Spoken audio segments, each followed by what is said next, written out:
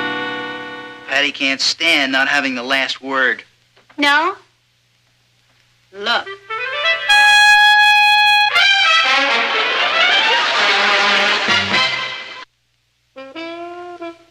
Hello, darling. Hello, Ned. Guess who had to write I will not be stubborn 100 times today? You? No, I'll give you a clue. It's a sister of mine. Oh, I'm surprised. Patty's not stubborn. It was all a misunderstanding. Miss Blake asked Patty to read her essay to the class, and Patty refused. Why? Because of her bet with you. That silly thing? Oh, Patty doesn't think it's silly. She's taking it very seriously. Well, it's all well and good, but I never intended it to interfere with her schoolwork. Maybe I better have a little talk with her. If you do, it's going to be very one-sided. She's really stuck to this, hasn't she? 2 whole days.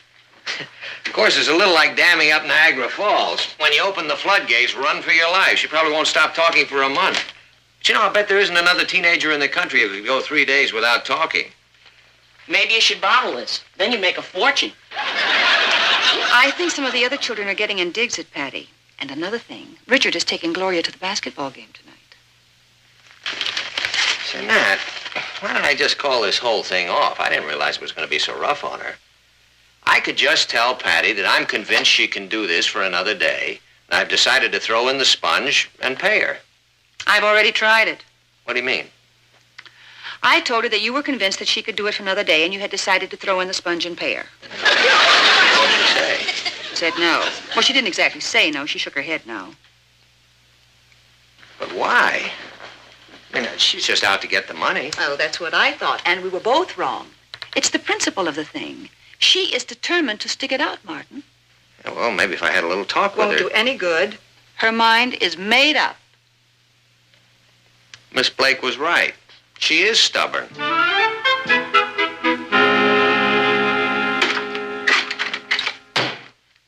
I know. Knock. Are you busy? Good. And there's a couple of things I want to say to you. I know you can't answer back, and I may never get this opportunity again. So, I just want to tell you that I think you're the greatest sister in the whole world. I tease you a lot, but I wouldn't trade you in for a new ham set with batteries. Well, that's all I have to say. I'll start yelling at you when you can yell back. Come on, cut it out. It's anything I can't stand. It's a sentimental thing.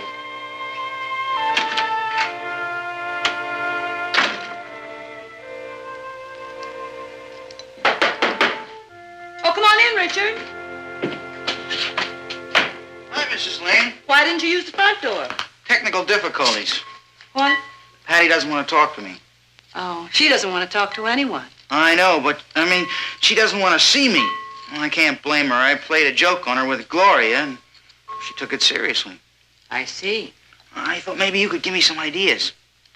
I don't know how much it would help, Richard. Patty can be pretty stubborn. Oh, are you telling me? She's got the temper of a wildcat. Why don't you just tell her you're sorry? I tried, but she won't listen. I even got Kathy to talk to her, but it's like trying to talk to a stone wall. You see, the thing is, Mrs. Lane, I have something very important to tell her. There's a kind of plot going on, and I think Patty should know about it. Well, that does sound serious, doesn't it?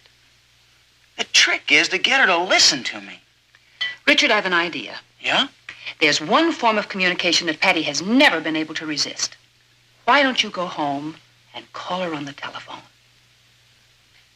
Mrs. Lane, you're a genius.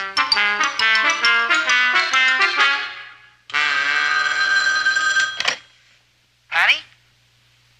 Hello? Are you there? Can you hear me? I have to talk to you. Ow! If you can hear me, rap twice. If you can't, rap once.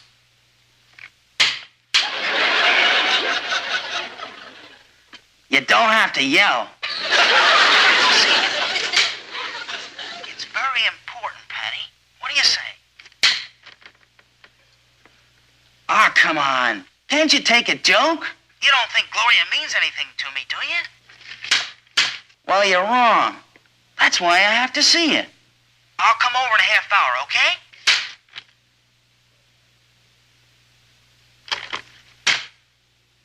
Thanks a lot, Patty. I'll see you.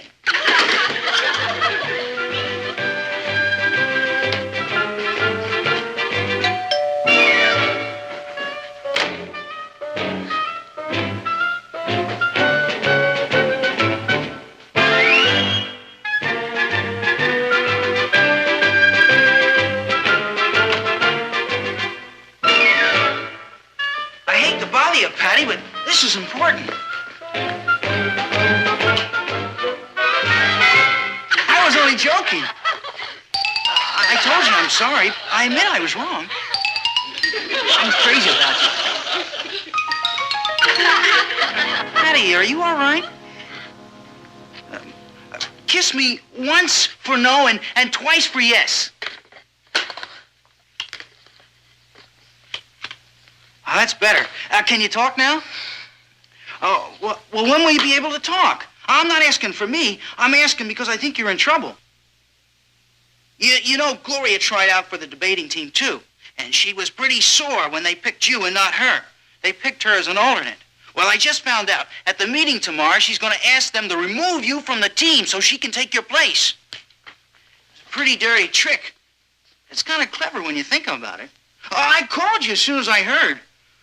Boy, holding a telephone conversation with you is pretty hard on the eardrums. Well, what are you going to do?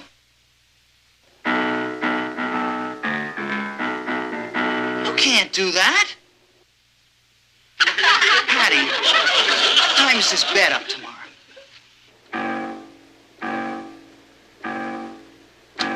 4 o'clock. You know what time the meeting is? 3:30. That is the meanest trick I've ever heard of. There must be something you can do, Patty. You go into that meeting tomorrow and you say. All right, then write it. No, I suppose you're right. If Gloria's out to get you and you can't talk, you don't stand much of a chance. Patty, why don't you forget about the bet? Actually, it's only a half hour's difference. Your father wouldn't mind. Isn't it important to you to be on the debating team? You're not going to let Gloria get away with this. Are you?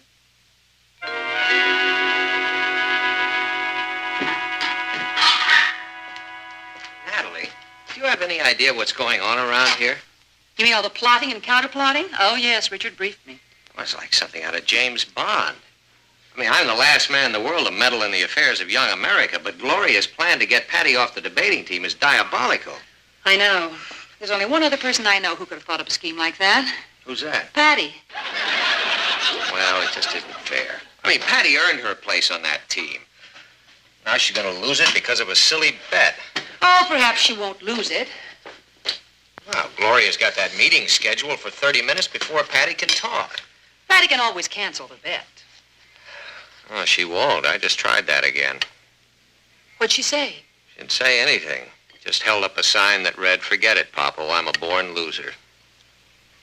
When I went up to see her, she held up a sign that said, "If silence is golden, I'm going to be a very rich kid." At least she's got a sense of humor about it. Well, I'm afraid I haven't.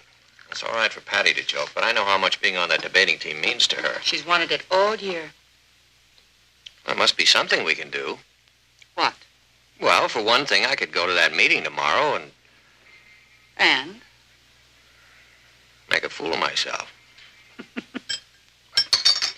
Want to hear a confession? Yeah? I thought about going to her school and setting the clock back. It's terrible. Wish I'd thought of it. You know what the real trouble is? We're trying to solve Patty's problems for her. It's up to her to solve it for herself.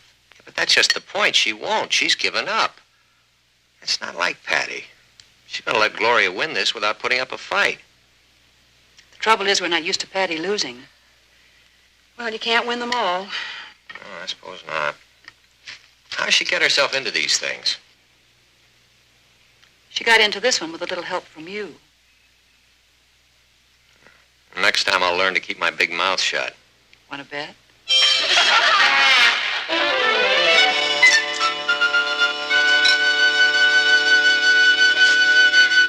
Why don't we get started? It's not 3:30.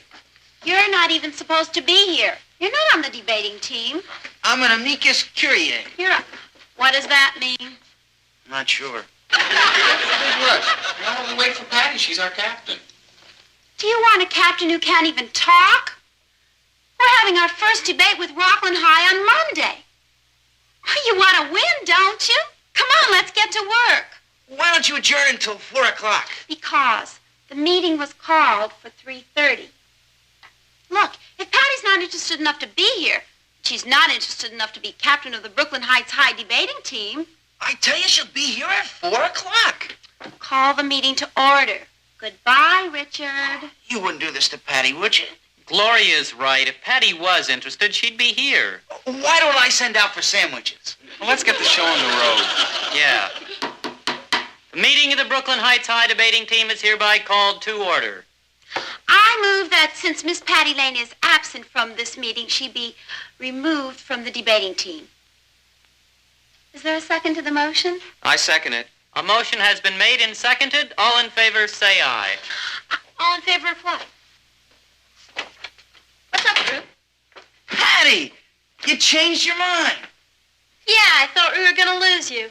Did you? Oh, you can't get rid of me that easily. Can you, Gloria, darling? Apparently not, darling. Hold everything. We have a motion before the House. All in favor, say aye. Aye. All opposed, nay. Nay. The motion is not passed. Now, let's get down to business. I think that's a great idea. And, Gloria, since you're just an alternate, why don't you, buzz off and get ready for Halloween? Anyway, you lost your bet. I'll talk to you later. Anytime, you'll find me at Patty's. Well, we have a lot of work to do. Group, I'm ready. In that case, why don't we take a half hour and relax, and we'll all meet back here at 4 o'clock. What's the point as long as we're here? As long as we're here and I'm captain, I say we should meet back here at 4 o'clock.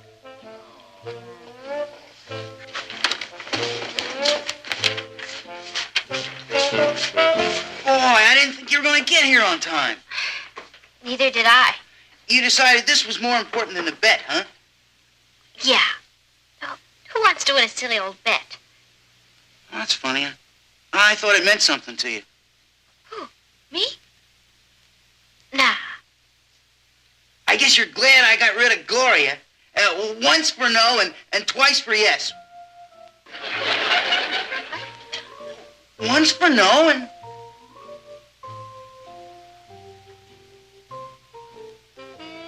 No! What's the matter, Kathy? It's the least you can do for Pat.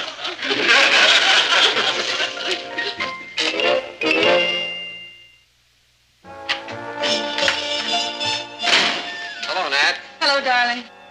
Well, tonight's the big night. Patty talks. Martin, you're going to I'll be bet so- I was right about Niagara Falls, wasn't I? Well, if I'm not mistaken, she started bending your ear at 4 o'clock on the dot, and she hasn't stopped talking since. She is at home, isn't Oh, she? yes, darling, she is at home. There she is, the chatterbox of Brooklyn Heights. Honey, I'm really proud of you. You did it. Are you glad it's over?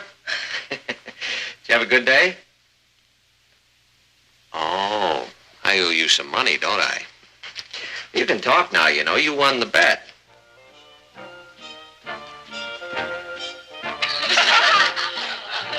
Laryngitis. I've been trying to tell you.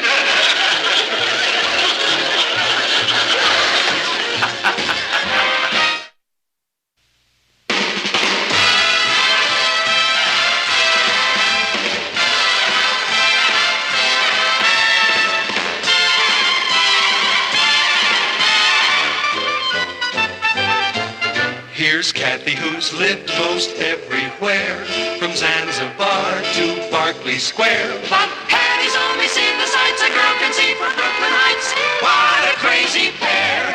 But they're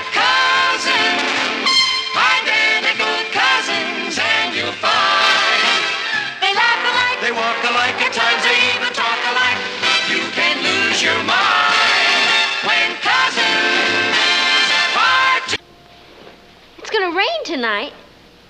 Sally, they have typhoons in Hawaii, but did they stop living? Yeah, well, okay, thanks for letting me know anyway. Bye. How do you like that? Sally's calling off the luau because of the weather. I heard the predictions for rain. That means I'll have to sit around here all night. What's wrong with spending a quiet evening at home for a change? I remember when I was a girl. Mom, please, not again with the covered wagon days. Well, we used to have some pretty good times on a rainy Friday night. Fire in the fireplace, popping corn, roasting marshmallows. Scraping buffalo hides. Hey, maybe Rich would like to take me to a movie tonight. I'll give him a jingle. Patty, you can't call him and ask him to take you. Mom, I'm not going to ask him. Richard may not be the greatest boyfriend in the world, but he has one redeeming feature. He can be conned. When you're through blackmailing, come help me with dinner. Okay. I think we'll have the rest of that corned beef tonight. Hi, Rich. Patty. I've been noticing lately you're getting very nervous. I think you should do something to relax. You know, like see a movie or read a good book. You what? You want to take me to a movie tonight? Richard, I can always count on you to come up with a great idea. 7:30. Check. Bye.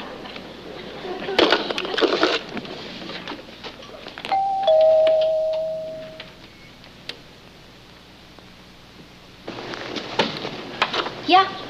Pardon me, miss, but my car conked out on me, and I was wondering if I could maybe use your phone? Yeah. My phone. Oh, don't go away. Frankie Avalon. It's Frankie Avalon.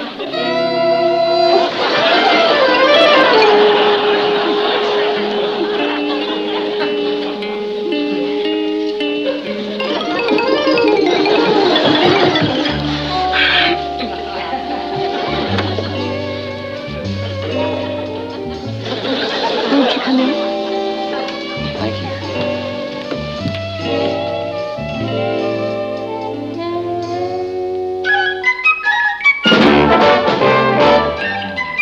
Meet Kathy, who lives most everywhere, from Zanzibar to Berkeley Square. But Patty's only seen the sights a girl can see from Brooklyn Heights. What a crazy pair! But they're cousins, identical cousins all the way. One pair of matching bookends, different as night and day. Where Kathy adores a minuet, The ballet russe and crepe Suzette. Our Patty loves her rock and roll, the hot dog makes her lose control. What a wild duet, still they're cousins, identical cousins, and you'll find they laugh alike, they walk alike, at times they even talk alike. You can lose your mind when cousins are two of a kind.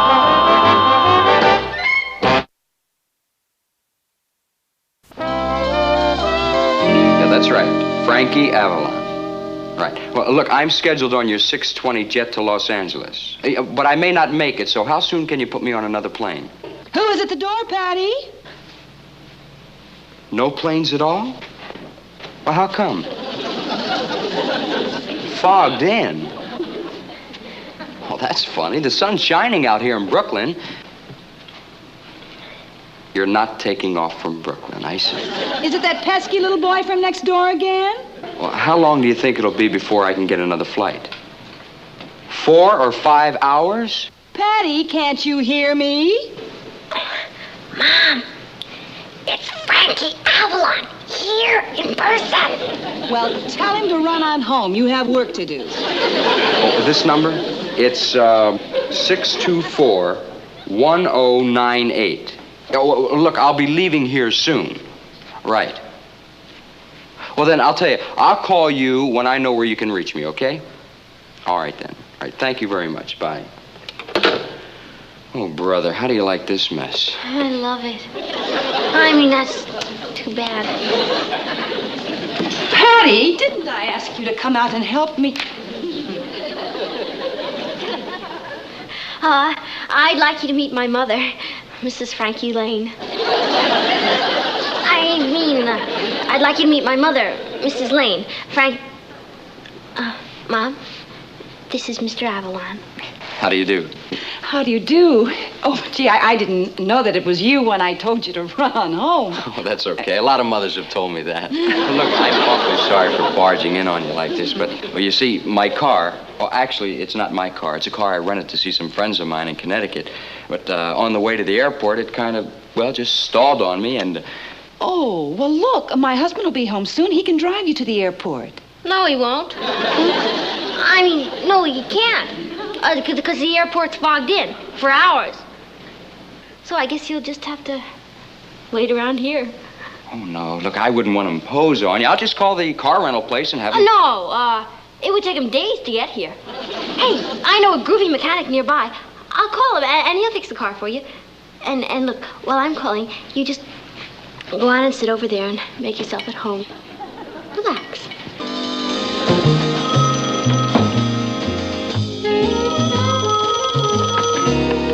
Hello? Richard? Hi. Would you be a doll and come over and do a tiny little favor for me?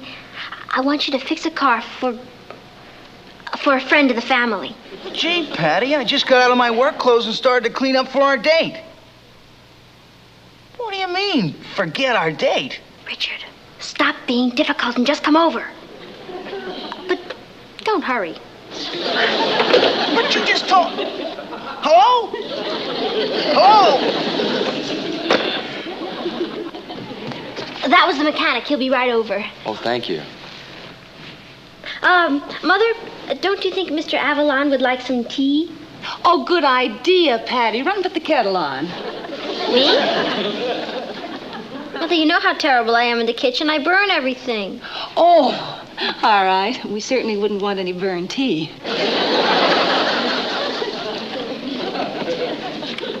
Well, here we are.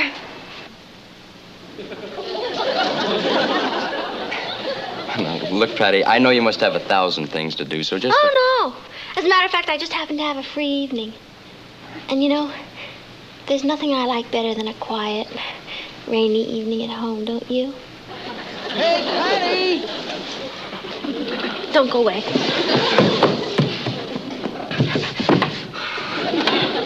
Hi, Patty. Can I come in? Whoever heard of fixing a car in the house? How did you get here so fast? I hurried over to find out why you didn't want me to hurry. Well, exactly who does this car belong to? A rental company. Well, then why don't they fix it? Richard, you're never going to get anywhere asking a lot of useless questions. Oh, boy, it sure looks fouled up in there. Yeah, well, first you gotta... Wait a minute. Here it is. It's a loose distributor wire. I can fix that in a minute. Oh, no, you can't. It's got to be more serious than that. Why did the wire jiggle loose? Because what it jiggled loose from is defective, right? Right. Wrong. Well, just take it out and take it home and fix it. And don't hurry. Just take all the time you need. Oh, wait a minute. What about our date? I'll be looking forward to it.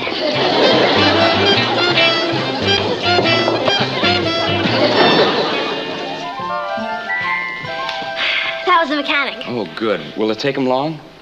Well, he's not one of those fly-by-night mechanics. He's very thorough. He took some little thingamajig home to his shop to work on it. Oh, no. I should have called the car rental place and they Oh, would... well, it's too late now. It's done. Why don't we just sit down and relax? It won't take him long. Hardly a couple of hours. A couple of hours? So I guess you'll just have to stay and have dinner with us. Wait a second. I can't move in on you people, put you to all that bother. Oh, it's no bother. We have to eat anyway. Why, of course. All we have to do is put on an extra plate. It's no trouble, really. Well, all right. But only on one condition. Promise you don't go to any extra fuss for me, huh? Oh, I don't have to promise that. You're just going to have to take pot luck. Oh, I hope you like corned beef. Wonderful. Love it. Mother, I think I'll help you get dinner.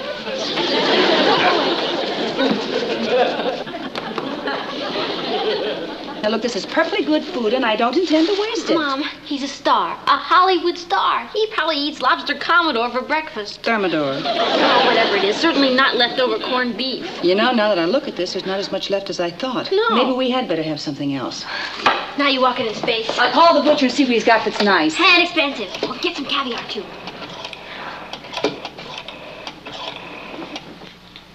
This is Mrs. Lane. Do you have any rock Cornish game hens? Wonderful. We'll need 6. And could you send them over right away, please? Thank you. Oh, that's great. He'll love those rock Cornish gamish things. Mom, now would you run next door and borrow Mrs. Marlowe's good silverware? Oh, Patty, I'm not going to put on airs just because he's a celebrity. Mom, he's not just a celebrity. He's Frankie Avalon. Please, I gotta get back in there. Please, Mom. For goodness sake. Our tableware is plenty good enough for us, but not for Frankie Avalon.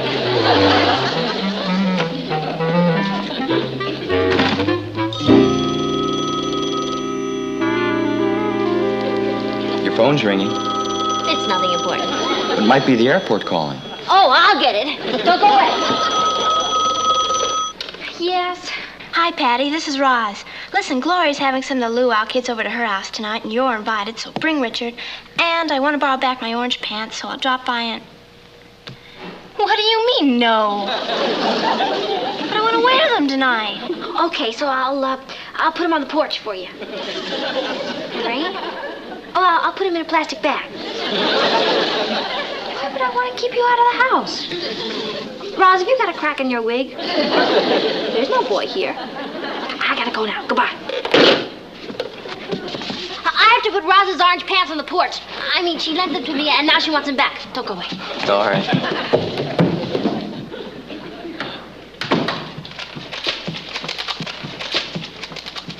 Man, you sure took care of Roz's pants in a hurry. I didn't know anyone was here. Frankie Avalon.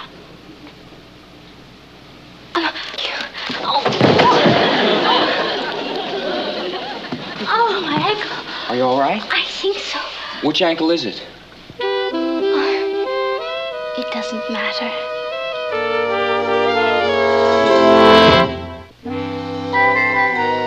Easy now. Do you think you could stand on it? I'm not sure, but I don't think you should let go of me. Well. Oh. What? She's Patty, and I'm Kathy, her cousin. For a minute there, I thought I was getting a little wiggy. Kathy, for heaven's sake, stand up. It's hardly ladylike. Oh, she hurt her ankle. Here, Kathy, better get you over to the couch. Thank you. I really don't think we should take any chances. Why don't I get her upstairs and into bed and out of the way where she'll be more comfortable? That's very thoughtful of you, Patty, but I'll be fine, thank you. Down here.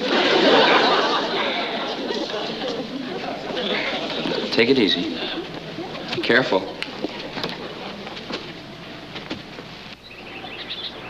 Boy, that guy. If it wasn't his ball.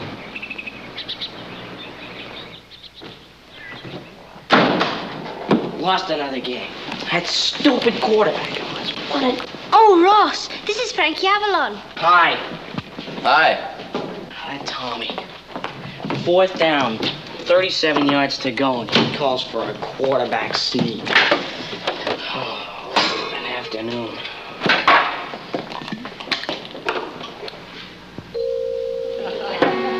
Frankie Avalon.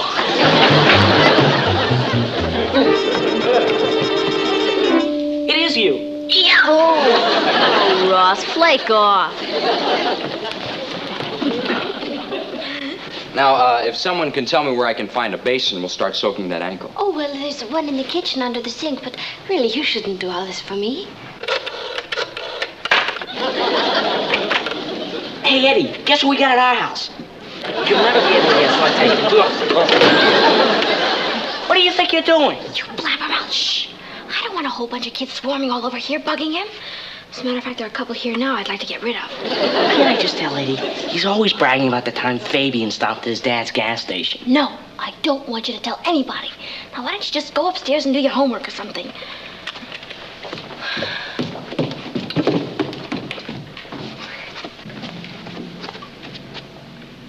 Where'd he go? He's in the kitchen. Imagine. Frankie Avalon taking care of me. Yeah.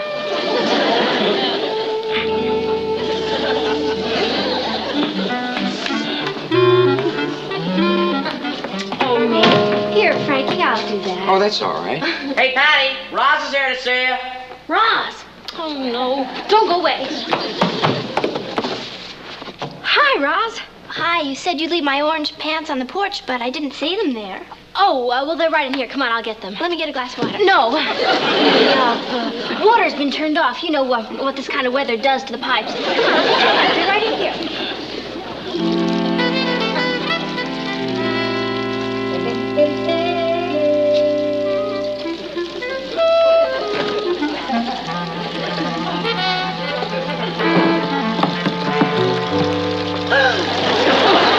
What are you doing in here?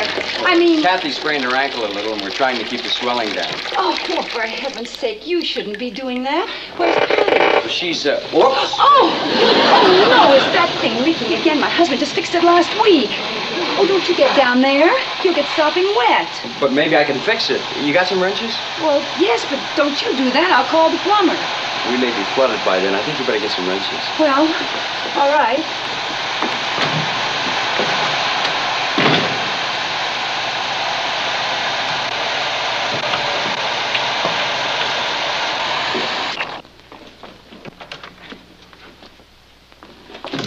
Oh, good. You fixed it. No, not really. I just shut the water off. Oh. You see, the problem is in this valve here.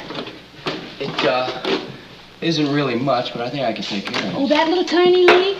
Well- Oh, for goodness sake, I'll call the plumber. You don't have to bother no, with that. really. We can just keep a bucket under there. No, I've got the wrenches. That's kind of you. Oh, see, that's ridiculous. No, I'm pretty good at this sort of stuff. I'll take care of it. Oh, hello, dear. I'd like you to meet Frankie Avalon. I'm sorry, Nat, but I can't help it. A man comes home from work and finds his wife under the sink with a strange man, and she says, "Dear, I'd like you to meet Frankie Avalon." I guess there must be a logical explanation for this. Actually, you know, it's your fault. Mine? Well, if you'd fixed the plumbing properly, we wouldn't have had to be under there. No, really, it's my fault. You see, my car stalled on the way to the airport, and, well, your daughter was kind enough to let me use your phone, and... Oh, Patty, I should have known she'd be involved in this. Then I had to wait here because the airport called and said it was fogged in. Well, she's maneuvered a lot of things, but this is the first time she ever managed fog. Well, anyway, it's very nice to meet you, Frankie. Oh, thank you. Mr. Avalon, Frankie Avalon. Oh, well, listen, let me take over here. This isn't a way to treat a guest. Oh, no, look, I might as well finish. Anyway, I'm pretty good at this sort of thing. Well, the least I can do is give you a hand. Natalie? Oh, I thought you might like to borrow my samovar along with the other things. It makes a nice little dinner touch when you're having special guests. Who did you say it was? Oh, nobody at all, just a little family gathering. Oh. Well, for heaven's sake. Isn't that... Well, of course it is. Hello there. Hi. I watch you all the time on TV. Oh, thank you. Wait till I tell Marvin I saw Frankie Lane. Oh, no. Papa, come out from there. You'll hurt yourself. Oh, don't be ridiculous, Patty. I know how to handle tools.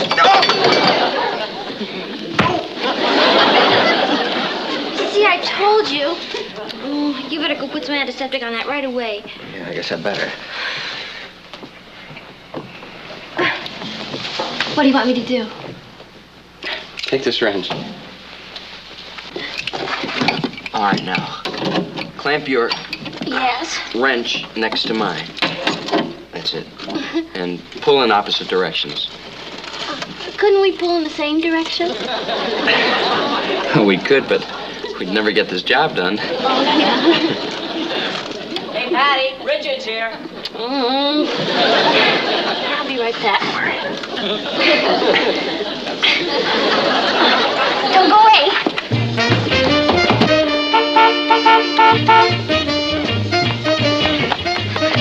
What do you think you're doing?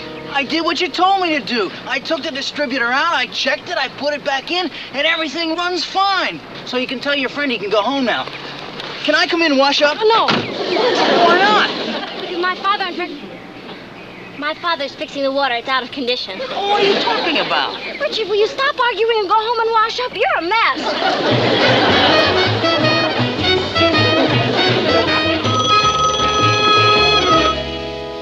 Hello? Who's calling? The airport? Which Mr. Avalon did you want to talk to? Is that the airport? Just a minute. Here he is. Oh, thank you. Hello? Yes, speaking. Oh, good. How soon?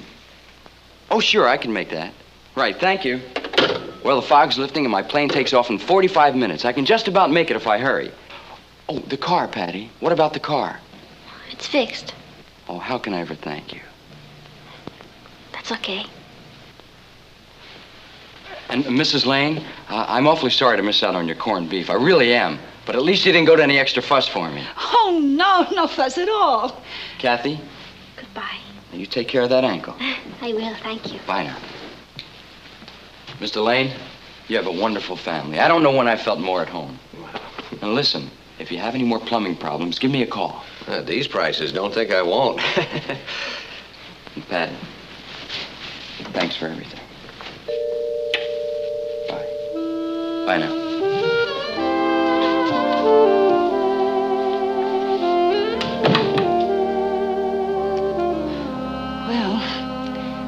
If anybody's still interested in Cornish game hens by silver candlelight, you better go wash. Wash? I'll never wash this cheek again as long as I live.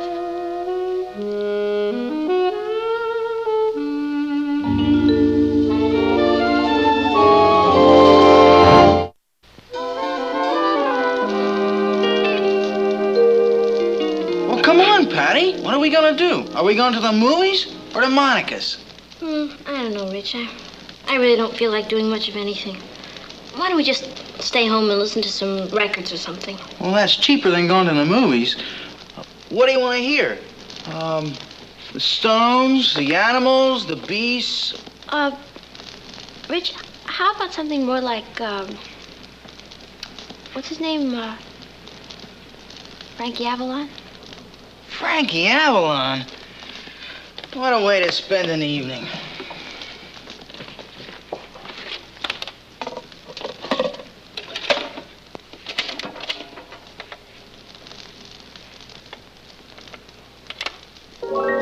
These are the good times while we are young, no chance untaken, no song unsung. These are the good times. Life goes your way,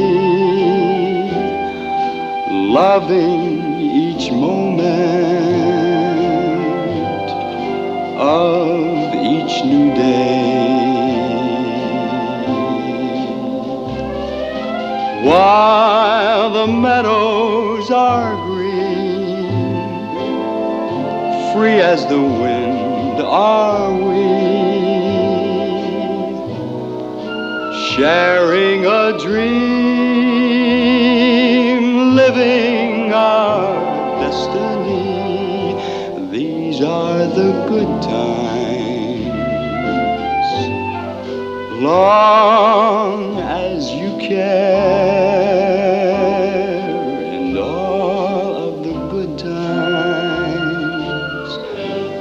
we'll always share.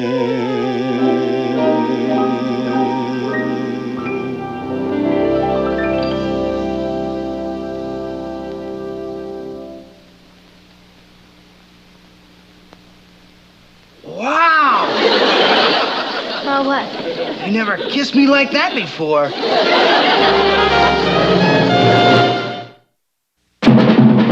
Here's Kathy, who's lived most everywhere, from Zanzibar to Berkeley Square. The Patty's only seen the sights a girl can see from Brooklyn Heights. What a crazy pair, but they're cousins.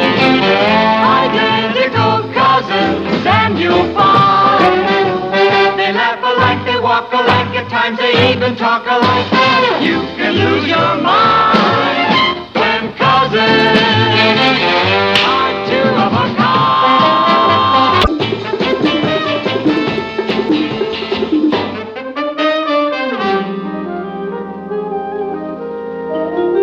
Good morning. Hello. I'm Mrs. Lane. My daughter Patty is Dr. Fenneman's patient. Oh, yes. Dr. Morgan will be with you in a moment. Won't you sit down? Thank you. Would you relax and stop worrying? I'm not worried, Mom. I'm just embarrassed. Having your tonsils out at my age. The kids at school will think I'm some kind of nut. It's just embarrassing. For goodness sake, Patty. Besides, if I take time out from school, my work will suffer. You can make it up. How can you make up missing a class dance? Mom, can't I have them out later when it's more convenient? Like when? During finals would be more convenient.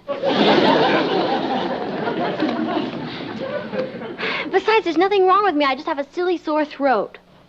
Would Dr. Fenneman send you to a surgeon if it was just a little sore throat? It's tonsillitis. Mom, you're making a big deal over nothing. It hardly hurts at all. Mrs. Lane?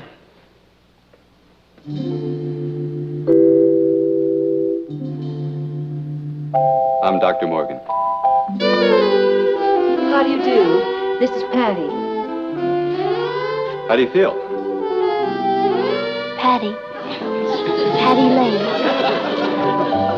How's your throat? Oh, it's awful. Simply excruciating. Maybe you better go inside and I'll take a look at it. Thank you.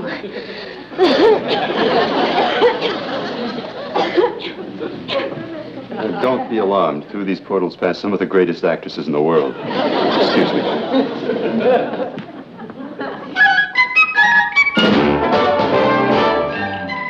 Meet Kathy, who's lived most everywhere, from Zanzibar to Berkeley Square. But Patty's only seen the sights a girl can see from Brooklyn Heights.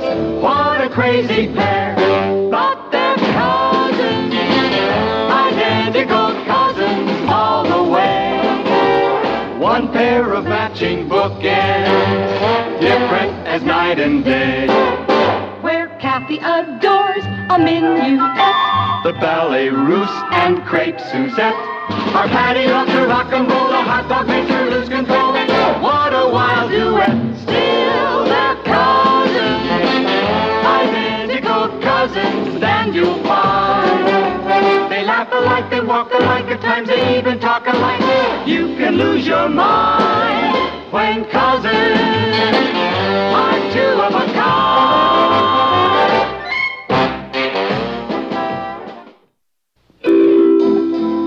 I get the feeling you're not too thrilled about having your tonsils removed. Whatever gave you that idea? And Dr. Finneman told me about you. Well, he didn't tell me about you. Well, why don't you sit down and we'll take a look? Aside from your throat, have you had any other symptoms? Hot and cold and a little dizzy. Well, when did that start? A couple of minutes ago. You can sit back and relax. All right, open up and say, ah. Ah, Well, I'm not crazy about what I see. I am.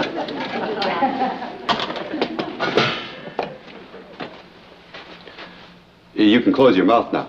How old are you, Patty? You mean chronologically? Well, Actually, I could have gone to college this year, but my parents didn't want to push me. Most people think I'm a lot older than I look. okay, I'll put down she's older than she looks. You're very sweet.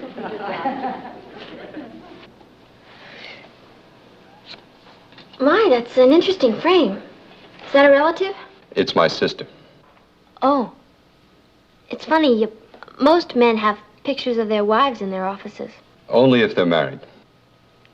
Oh. Well, I might as well give you the bad news, Patty.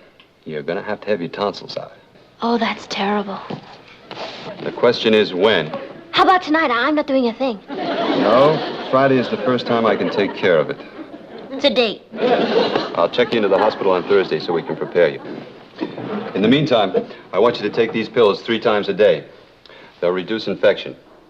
Well, I guess that's about it. I'll see you at the hospital. I'll be looking forward to it. I'd like to thank you very much, Doctor. You've been very kind and very considerate, and I want you to know I feel very safe being in your hands. May I ask you a personal question? Oh, yes. Is that something new? What? A jacket that buttons down the back. Oh. I'll talk to the nurse about checking you in the hospital.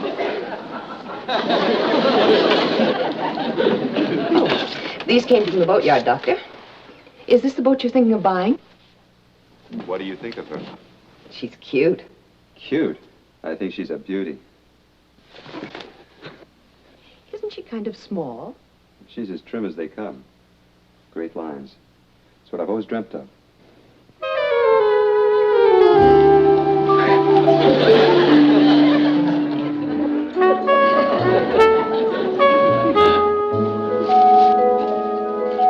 Kathy, I couldn't believe my ears. He said I was a beauty.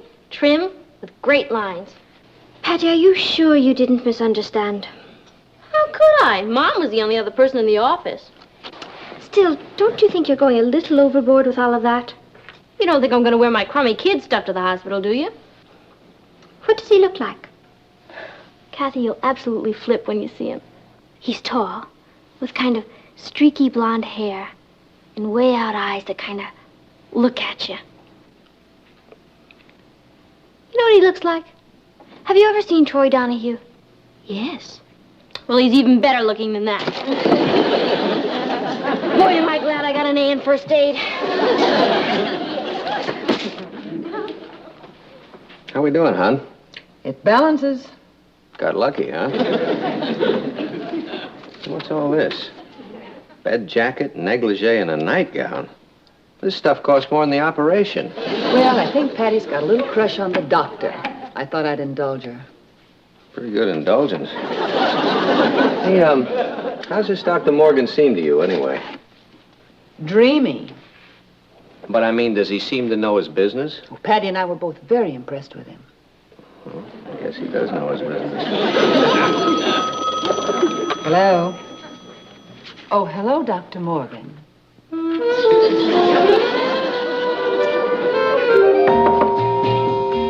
Hi. Who said you could come in? Well, I knocked, didn't I? Get up, you're gonna drip all over my new nightgown. Why don't you drip downstairs? Not me. I stay clear of doctors. Doctors? What doctor? Dr. Dreamy. He just called and said he was coming over. Why? Probably wants to collect his bill in advance.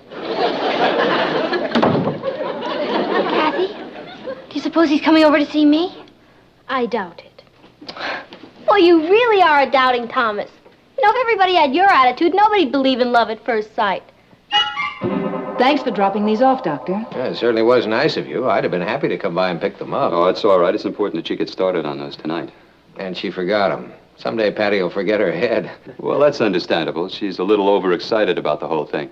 Yes. I'm afraid our Patty has a slight tendency to overdramatize. Dr. Morgan. Surprise. Hello, Patty. Have you met my mother? Yes, we met this afternoon in the office. Oh, and my father? Yes, we met. Oh. Oh, that's my cousin Kathy. Hello, Kathy. How do you do, Dr. Dreamy? Dr. Morgan? You forgot the pills I gave you this afternoon. That's why I came by. Oh, well, I'd like to thank you for looking after my welfare. Mother, have you offered our guests some refreshments? No, I haven't. Coffee, tea, or milk? I'd love some coffee. Good, I'll go make some. Oh, don't bother, Mother. You know how I love to fuss around the kitchen. You do. And it'll give all of you a chance to get better acquainted. Excuse me. Kathy, would you mind giving me a hand in the kitchen? Well, why don't we sit down and make ourselves comfortable? Was I right? Isn't he something else? He really is. Kathy, I'm so excited I could scream. Patty, the only problem is, apparently he's just come over to drop off the pills. Are you kidding? Don't you see? That was just an excuse. Come on, we better make the coffee.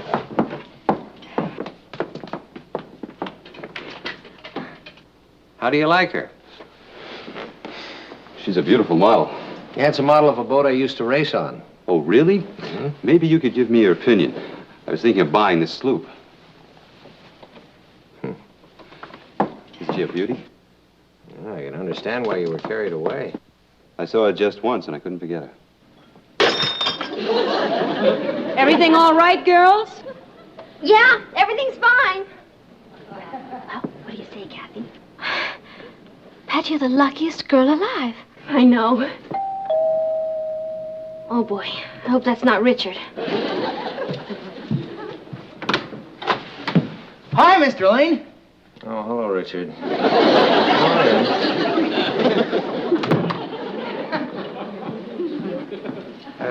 Dr. Morgan, this is Richard, a friend of Patty's. Hello, Richard. Hi. Hi, Richard. Where's Patty, Mrs. Lane? Oh, in the kitchen. I don't know what's taking so long with the coffee. I hope you're not in a hurry. I can stay as long as the dishes hold out.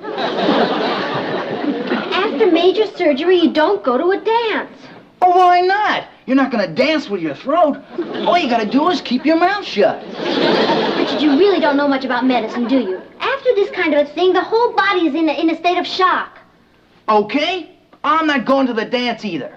Why not? I don't mind if you take somebody else. I'm not interested in taking anybody else but you. Richard, there's something I have to tell you. Yeah? You've heard of puppy love. Yeah. Well, there's nothing wrong with it. It's very sweet and very romantic. But like everything else, one day the puppy grows up. Do you understand? Hey, that's great! Well, where is it? What? The puppy they gave you because you're going into the hospital.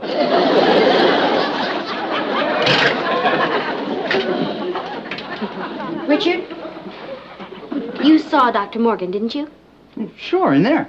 Right. Now, I only just met him. But sometimes when two people meet, zap, it happens. It's a matter of chemistry. You know what I mean? He's a chemist? I thought he was a doctor. I think you'd better stop beating around the bush. Richard, in the short time I've known Dr. Morgan, I've grown very fond of him. And it certainly seems vice versa. That guy in there? You're kidding. He's a very distinguished surgeon. He's an old man, is what he is. Of course you're hurt now. But one day you'll get over it and you'll realize that this whole thing is bigger than both of us. And in the meantime, you've got to do me one favor. What? Go home.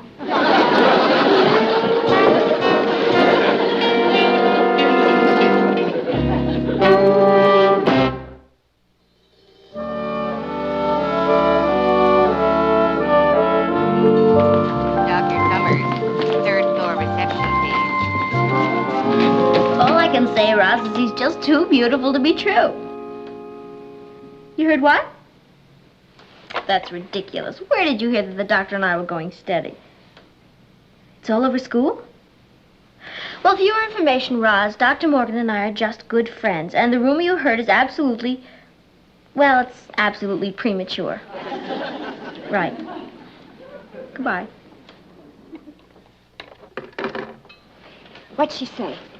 I'm not sure. I think she denied it. But then again, she didn't. Uh-huh. That's just what all the other girls said. I think a girl should finish her education first.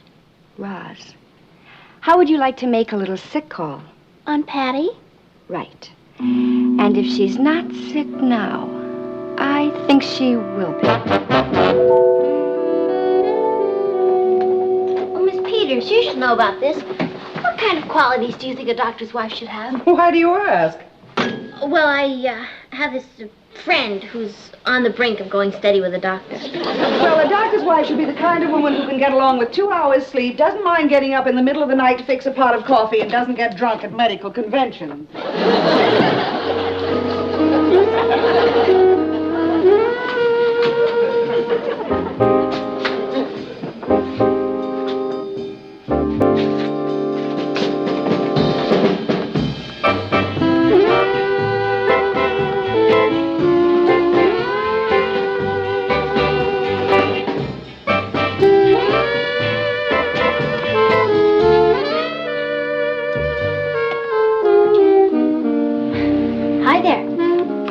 What are you doing out of bed? Oh, it's been so long since I've seen you. I just left you half an hour ago. Oh, was it that recently? Well, as long as I'm here, I just thought I'd mention something in passing that may interest you. I don't drink. Well, I'll make a note to the dietitian not to put any martinis on your tray. Oh. Is that your sailboat? Yeah, I just made an offer for her. Isn't she a beauty? She? Well, nautically speaking. She's a little small, but she's as trim as they come. Small? And as trim as they come? Doc, you didn't have those pictures in your office the other day when I was there, did you? Uh-huh.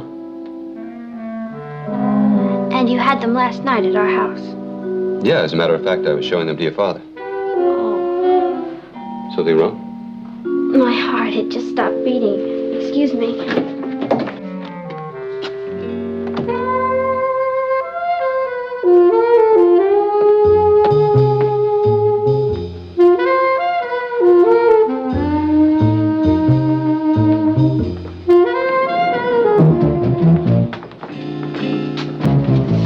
Her room number's 215. It's got to be right over there. Patty!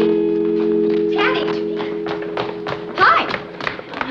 What are you doing here? We just thought we'd drop in and see how you were. Where is he? Who? Who do you think? Dr. Morgan. Oh, him who? He's, around. Well, we're dying to meet him. Oh, well, he was just called out on an emergency in Flatbush. You just said he was around. Oh, well, that's it. He is around. In Flatbush, trying to find the emergency. Dr. Morgan. Yes, Miss Peach. Dr. Morgan. He's just too groovy. Oh, Patty, you must... Oh, look, a terrible accident. Where? Calling Dr. Paisley. Calling Dr. Paisley. I'll get this one, Joe. You get room 203.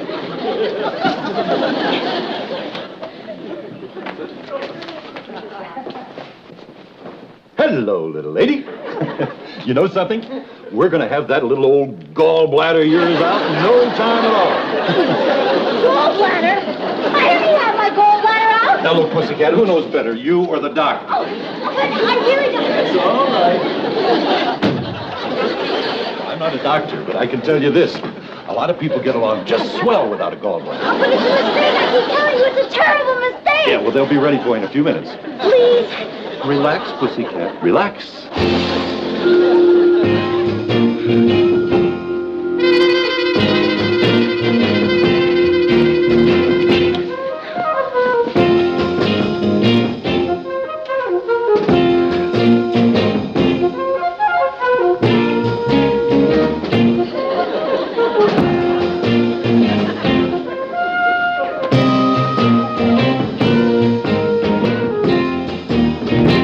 Scrubbed up yet? What are you waiting for, an engraved invitation?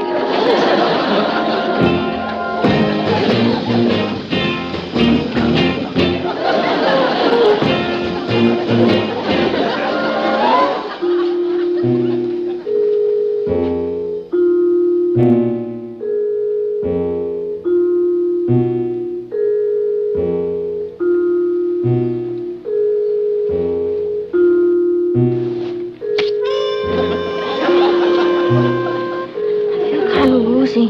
First time? Clamp your teeth together.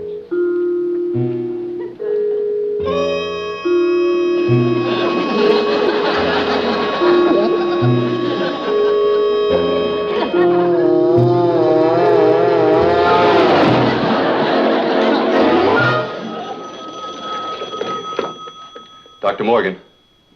Yes, Miss Peters. Patty? No, she's not here. What do you mean you can't find her? Well, check it out and call me back. Dr. Morgan? Yes? I'm Richard Harrison, Patty's friend. Oh, sure. Hello, Richard. What can I do for you? Sit down. I'll stand. I'm here to lay my cards on the table. What? Lay my cards on the table? Face up. Oh, I know. You think I'm just a kid, and you're an older man. But long before you met Patty, she was going steady with me. Since kindergarten, if you want to get down to cases. I suppose Patty discussed this with you? Sure, that's how I found out. All I want to tell you is, don't pick up the marbles yet. I shouldn't. That's right. I'm still in the game.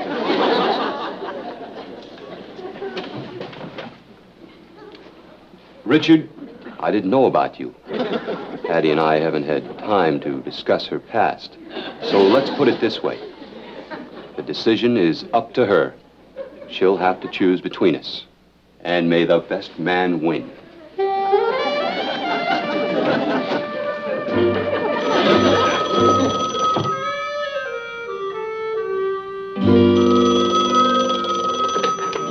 Dr. Morgan. Yes, Miss Peters.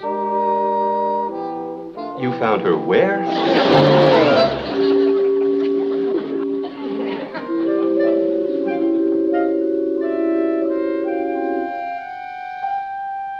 Where am I? You're back in your room. Oh, yeah. I feel like such a jerk. Well, don't think about that now. Just think about how happy we're going to be. We are? Was all that about the boat just a dream? No, I'm buying the boat.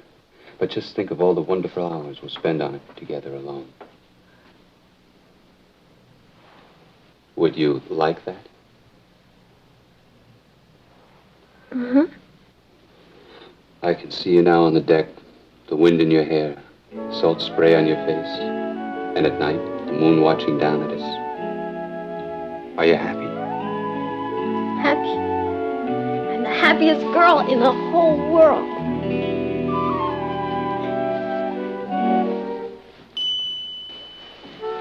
I'd like you to rest now. I think we better go. Bye, Dr. Morgan.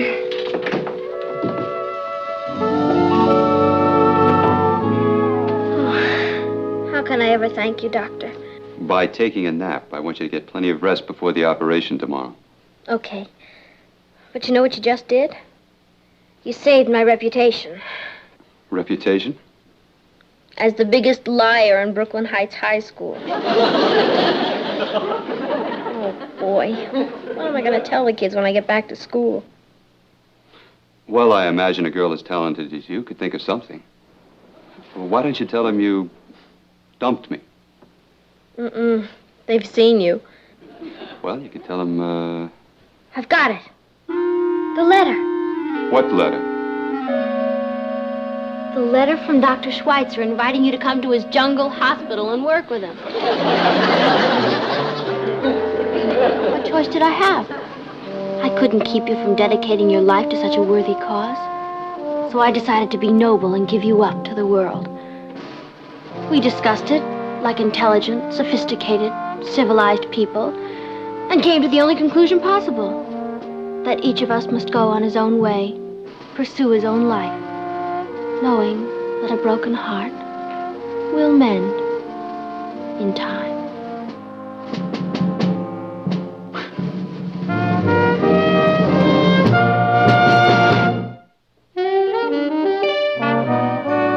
No, he's going to take them out this afternoon.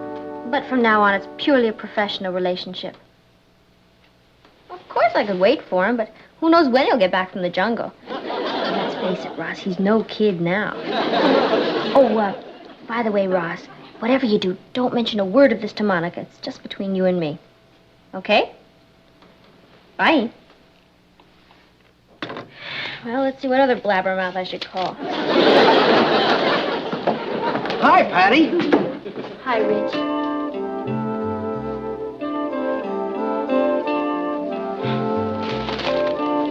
Thank you. They're beautiful. I came as soon as I heard the news. I thought I saw you going down the hall. Well, Richard, the best man won. Doc, look at it this way. There are plenty of other fish in the pool. On your way over to the jungle, you might meet a very nice girl on the boat. You know, there's a lot of spinsters that go on those cruises. The thing to do is sign up for shuffleboard, see? And, oh, be sure and take a light dinner jacket. Go for that.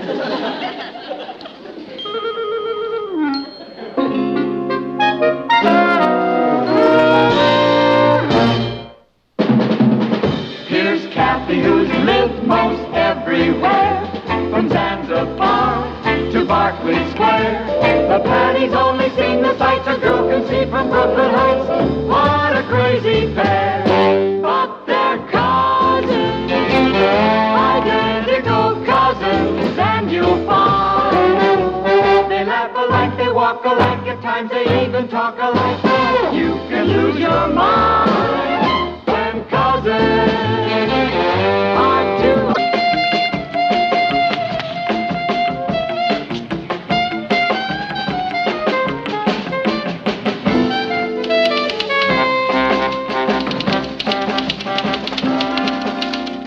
Hi, Papa. Kathy get home yet?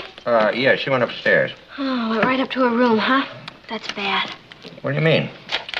Papa, we're all gonna have to be especially nice to her. What happened? Just about the worst thing you can imagine. She flunked an exam? No, I'm talking about something really terrible. She lost her autographed picture of Ringo Starr? Papa. Well, what is it, for Pete's sake? She wasn't invited to Monica Robinson's party. Oh. Well, I think she's strong enough to bear up under that. Papa, you don't understand. This isn't just a Saturday night get-together with hot dogs and soda pop. It's the whole bag. It's caviar and champagne. Caviar and champagne? Well, okay, pizza and punch. But if you don't get invited, you're practically an untouchable. Poor kid, she must really be shook up.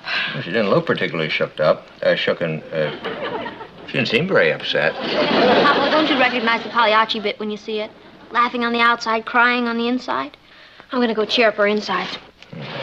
Will you yell when Richard comes? Only if I see him first.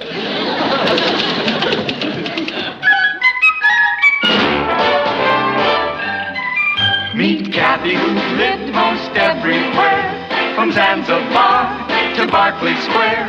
But Patty's only seen the sights a girl can see from Brooklyn Heights. What a crazy pair! But they're cousins, identical cousins all the way. One pair of matching bookends, different as night and day. Where Kathy adores a minuet, The ballet russe and crepe Suzette. Our Patty loves her rock and roll, the hot dog makes her lose control. What a wild duet. Still they're cousins, identical cousins, and you'll find they laugh alike, they walk alike, at times they even talk alike. You can lose your mind when cousins are two of a kind.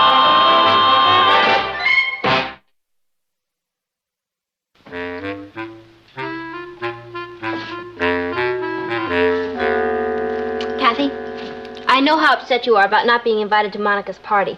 I'm not upset, Patty. I hardly know Monica. Cousin, this is your Aunt Patty. You don't have to pretend with me. I'm not pretending, and I'm not upset. Kathy, the very fact that you refuse to admit you're upset only proves how upset you are. Any psychiatrist will tell you that. Stop being silly. Okay. I just want you to know I'm not taking this lying down. Richard's over at Monica's now trying to swing it for you. Isn't that putting Richard in an awkward position? So what? He's been in an awkward position all his life. Besides, when I met Richard, he was going with Monica. So he can wrap her right around his little finger. Hey, Patty! There he is. I'll be right back.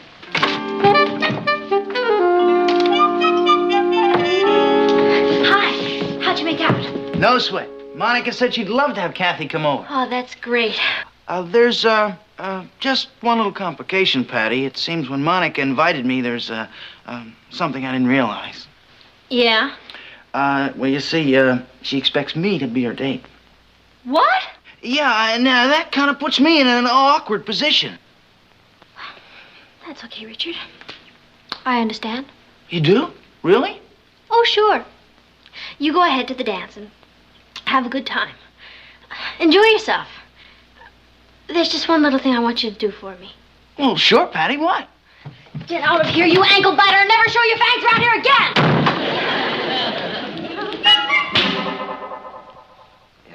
Look, I'm sorry, Richard, but she won't come to the phone. I told her it was vitally important, but she said...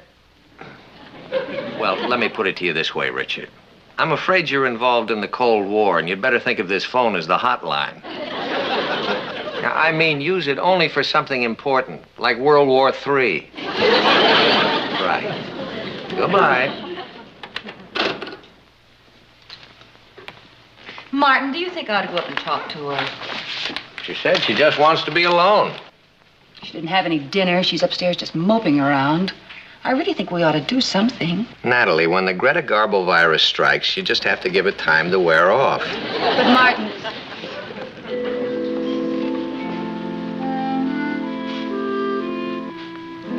How you feeling, Patty? Fine. Would you like a sandwich, dear?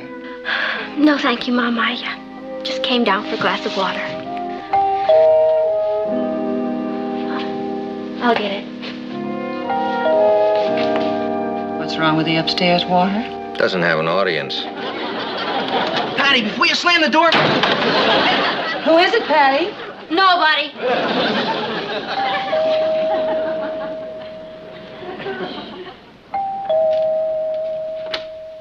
What do you want, Richard Arnold?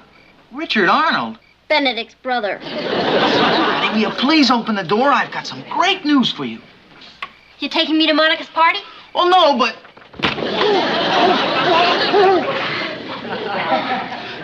Patty, this is even better. Will you listen? I'm listening. What's the one thing you want more than anything else in the world? To go to Monica's party. No, I'm talking about a chance for you to sing with a band. A band? Well, sort of a band. I know these guys, and they've got a group, and they're looking for a vocalist. And I've practically sold them on using you. Are you putting me on? I swear. Oh, Richard, that's absolutely boss. Then I can tell them you're interested in singing with them? Sure, if they'll play at my party. Well, I'm sure they will. What party? The one I'm giving the same night as Monica's. With live music. I'll knock her right out of the box.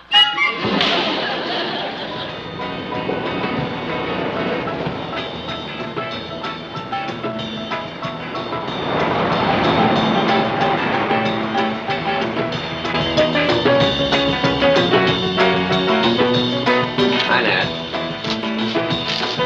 Hi, Nat. Hi, dear. Yeah. Why don't you ask the girls to turn that down? I could hear it a block away. I'm afraid that can't be turned down.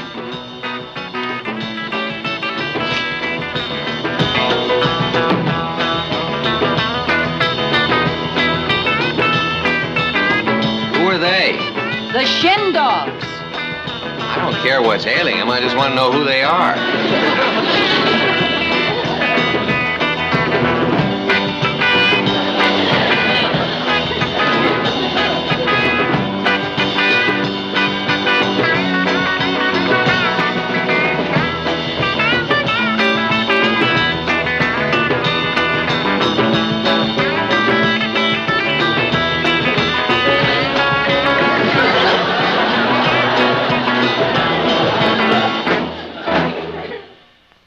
Hey, Guy, tell Patty we're ready for her now. Okay, Guy. Hey, Guy, they're ready for you. I know, Sally. I know you were invited to Monica's. But did you know that she's just having records and I'm having the Shin Dogs? I'm their vocalist, you know. Well, the point is that if Monica expects you to make that big a sacrifice, what kind of a friend is she? Okay. Yeah, well, it's up to you. Bye, Sally. You can cross that one off, too, Kathy.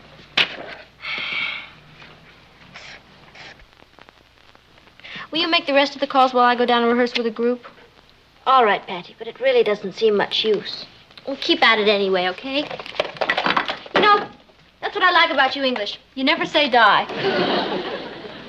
It's not only that I mind her having a party, I don't like her doing it to retaliate against Monica. I think we ought to do something.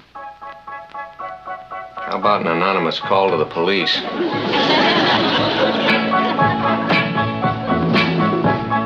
must be growing up. I'd like to run and hide. There's something going on. I'm almost up inside. Tonight he held my hand, and when our fingers touched, I felt butterflies.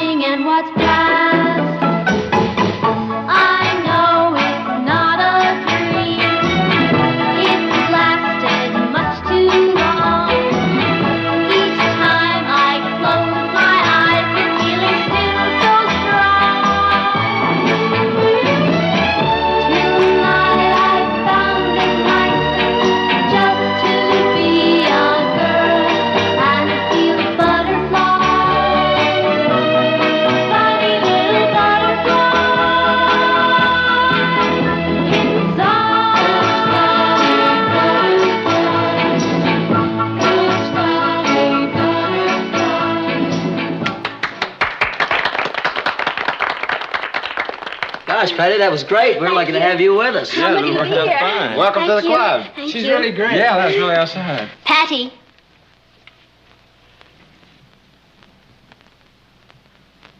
Couldn't get anybody? Wait a minute. Excuse me.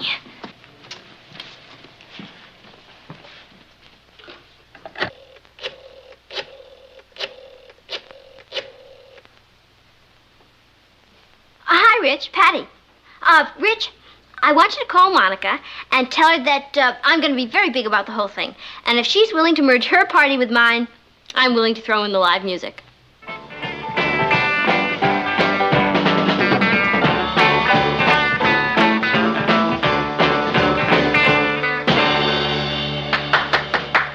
Patty, you found out which party we're going to play at? No, but Richard should be here soon with the latest developments. I sure hope you guys don't mind playing up here, but my folks thought it'd give us a little more elbow room. Oh, no sweat. This is fine. Good. Did you talk to her? What'd she say? Oh, well, her reaction was generally very favorable. Generally? Well, as far as the group coming over, that's great with her. But she was kind of bugged about one thing. Me. Well, you gotta expect it, Patty, after the way you sabotaged her. I see. That means I'm wiped out. That kind of leaves us in a bind. What do we do now? I'll tell you what you're going to do, fellas. You're going to go to Monica's and play the best you know how. But, Patty. Well, don't you see, fellas? This is the break you've always been waiting for. I mean, everybody who's anybody will be at Monica's. Student council members, class officers, people who make decisions. I'll bet they even ask you to play at the prom. And then there'll be no stopping you. Nightclubs, movies, television. And when you're up there, fellas, I just want you to remember the little girl in Brooklyn Heights who didn't want to stand in your way. But what about you? Me? Forget about me. I really don't count. I'll get along. We're going to do the only decent thing. You are? Yeah. We're going to go to Monica's and play the very best we know how.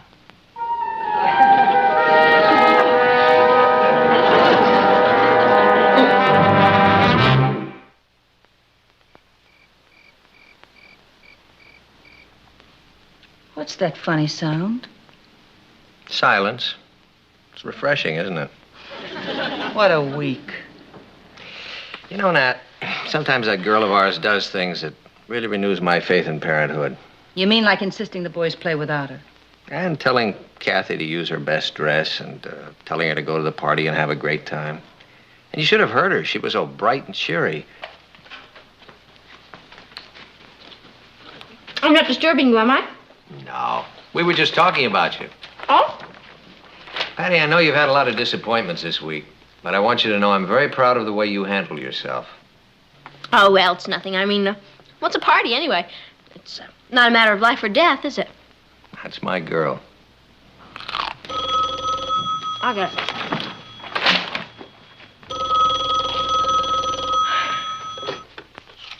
Hello? Hi, Richard. Aren't you at the party? Well, I probably shouldn't tell you this because it'll upset you. But if I don't tell you, it might upset you even more. Will you stop being so mysterious? What is it? Well, there's an uncle of Monica's here at the party. And somebody told me he's owner of the Howard Record Company. You mean a company that makes records? What else? Oh, Richard, I'll never forget you for this. Well, what are you gonna do, Patty? Never mind. Just put Kathy on the phone.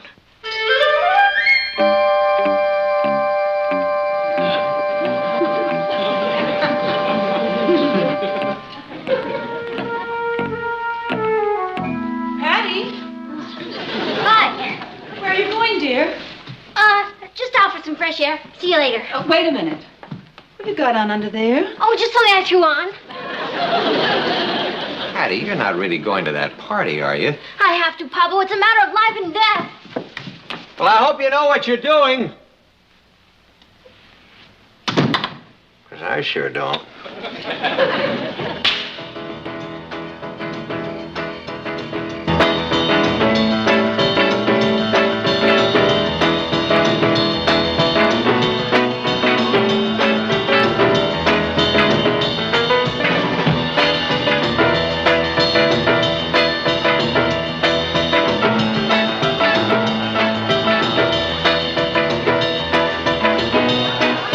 Where did you disappear to? Why, I was just making a telephone call, Monica. To another girl, I suppose. Not unless you consider my mother a girl.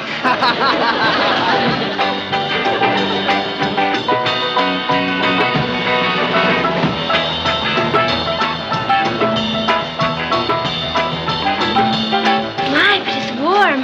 How about going out to my car? It's air conditioned. No, thank you. I don't like dancing in cars.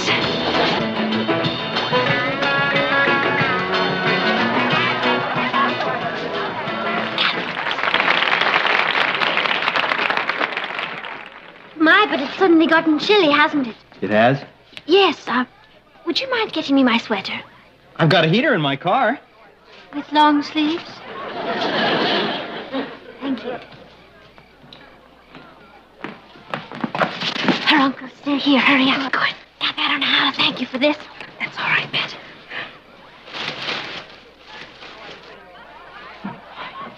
Kathy! Here I am. Got your sweater?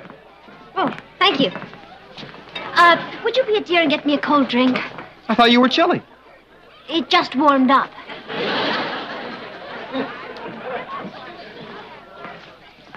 Oh, Kathy! Oh, Monica. My, that's a lovely dress. Thanks. But you said that before. I did? Well, you know the old saying, hear a compliment twice, you'll know it's nice. I never heard that. Of course you did. I just told it to you. Excuse me, there's someone I'm dying to meet. Kathy, I want you to meet my uncle. That's who I'm dying to meet. He just flipped when I told him you were English. Uncle Howard, Yes? this is the girl I was telling you about, who's from England. How do you do? It's a great pleasure indeed. Nice to meet you. What part of England are you from? Do you know London very well? Know it. I spent 3 years there. Is that where you live? No, but it's a great place to visit. Yes. What city are you from? Wigginton Criffet on Clough, but we call it Whiff. Clough? I don't seem to recall any river by that name. Oh, well, perhaps that's because it dried up many years ago during the drought. Drought in England? Of course. That's what caused the potato famine. Oh, that was in Ireland. Oh, well, it spread to England during the Middle Ages. Really? Of course. Thus the expression Middle Age spread. What? Excuse me, I promised this dance to someone.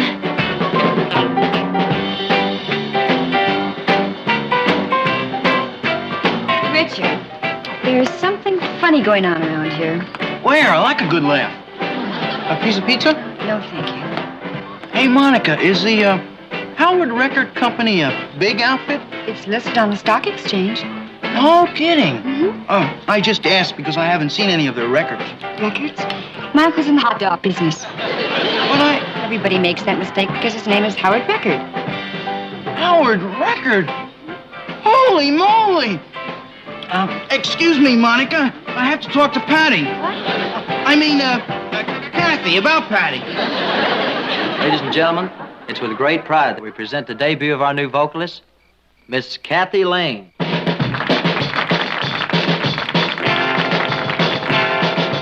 I've got a neighbor, he's a nice young man, lives just across the way. And every morning when he goes to work, you can hear him say, Ennery-the-ice I am, Ennery-the-ice I am. I got married to the widow next door.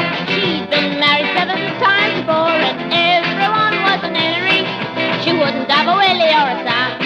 I'm a right old man, I'm Ennery. Ennery-the-ice I am.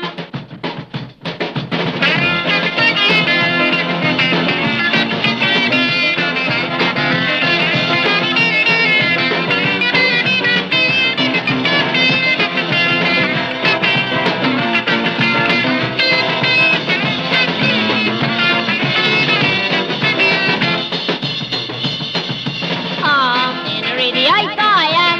Ennery-the-ice I am. I got married to the widow next door. She's been married 7 times before, and everyone was an Ennery. She wouldn't have a Willie or a Sam. No, Sam. I'm a right old man, I'm Ennery. Ennery-the-ice I am. H-E-N-R-Y. Ennery. Ennery. Ennery. Ennery. Ennery-the-ice I am. Ennery-the-ice I am.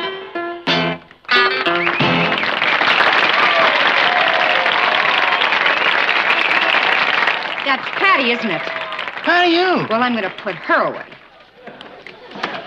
You've got your nerve, Patty. Oh, Monica, you're wrong. I'm Kathy. Oh, yeah? So when did you go home and change your dress?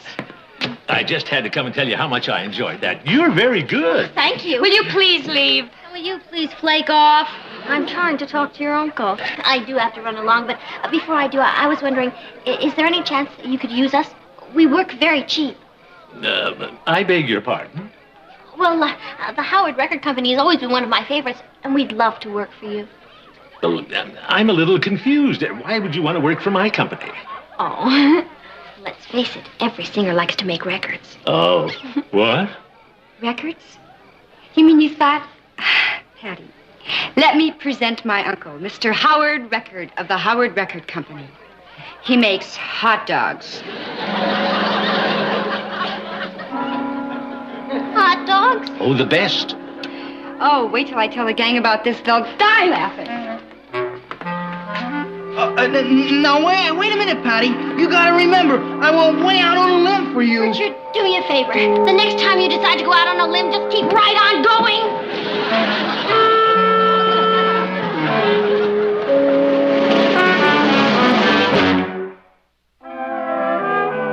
Well, let me know what comes up.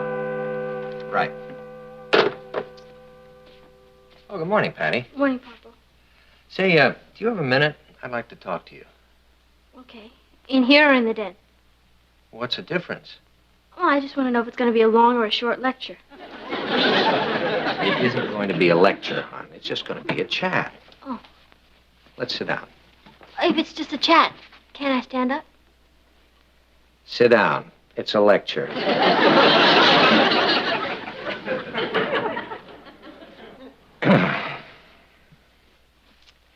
Now, in the first place...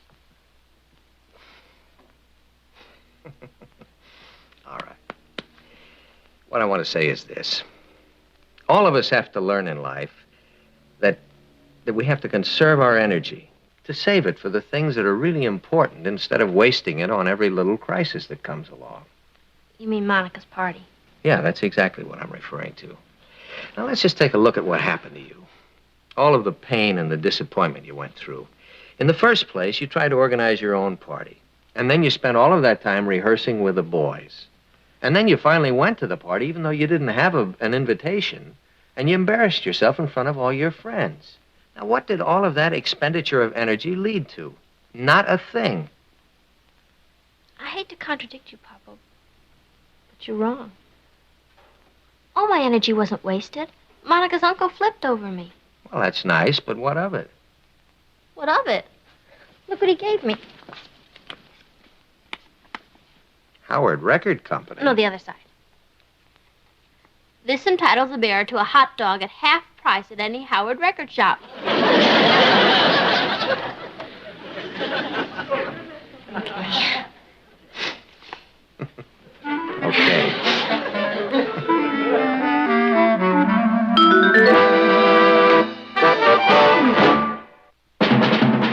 Here's Kathy, who's lived most everywhere, from Zanzibar to Berkeley Square.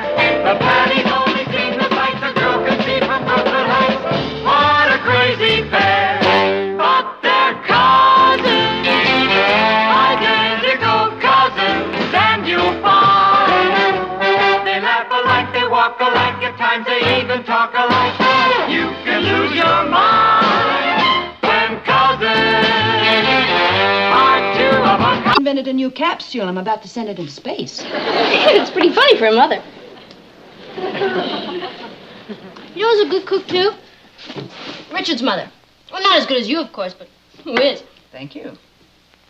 She's a nice woman, Mrs. Harrison, isn't she? Oh, she's very nice. You know something? I'll bet if you and Papa had to go out of town for, say, a week, and you couldn't take me with you, I'll bet she'd invite me to stay with them. Probably. Mrs. Harrison is a very kind-hearted and generous woman. Mm-hmm. The only other person I know who's more kind-hearted and generous is you. That's why when I heard Mr. and Mrs. Harrison were going out of town for a week, I invited Richard to stay with us. Now, just a minute. Mom, you can't go back on your promise. What promise? I gave Mrs. Harrison your word that you'd love to have Richard stay with us. You gave my word? Mom, when a woman as kind-hearted and generous as Mrs. Harrison would let me stay in her house for a whole week, the least we can do is reciprocate.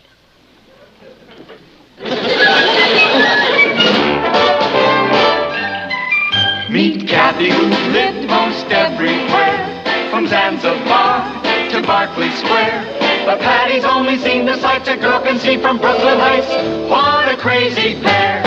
But they're cousins, identical cousins all the way. One pair of matching bookends, different as night and day. Where Kathy adores a minuet, The ballet russe and crepe Suzette. Our Patty loves to rock and roll, a hot dog makes her lose control. What a wild duet! Still they're cousins, identical cousins, and you'll find they laugh alike, they walk alike, at times they even talk alike. You can lose your mind when cousins are two of a kind.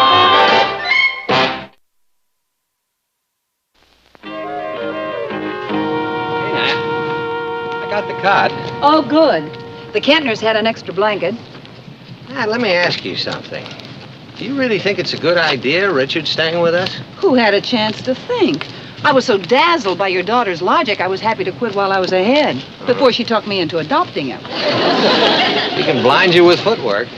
Oh, well, it'll all work out. It's only for a week. Hi, Mrs. Lane. Hi, Mr. Lane. Hello, Richard. Patty, Richard's here. Well, welcome to the harem. Harem? That's a good one. That's because there's so many women around, huh? You get a wonderful sense of humor, Richard. It'll be a real joy having you here this week. Hi, Rich. Hi. We got you set up in Ross's room. Hey, that's great. Oh, let me help you with that, Joe. What do you got in that thing? Oh, just some clothes, my shaving equipment, and my weights. Weights? Yeah, for developing his muscles. Thanks. I knew they weren't for developing his mind. Don't worry about these weights, Mr. Lane. I'll be as quiet as a mouse with them. Sure.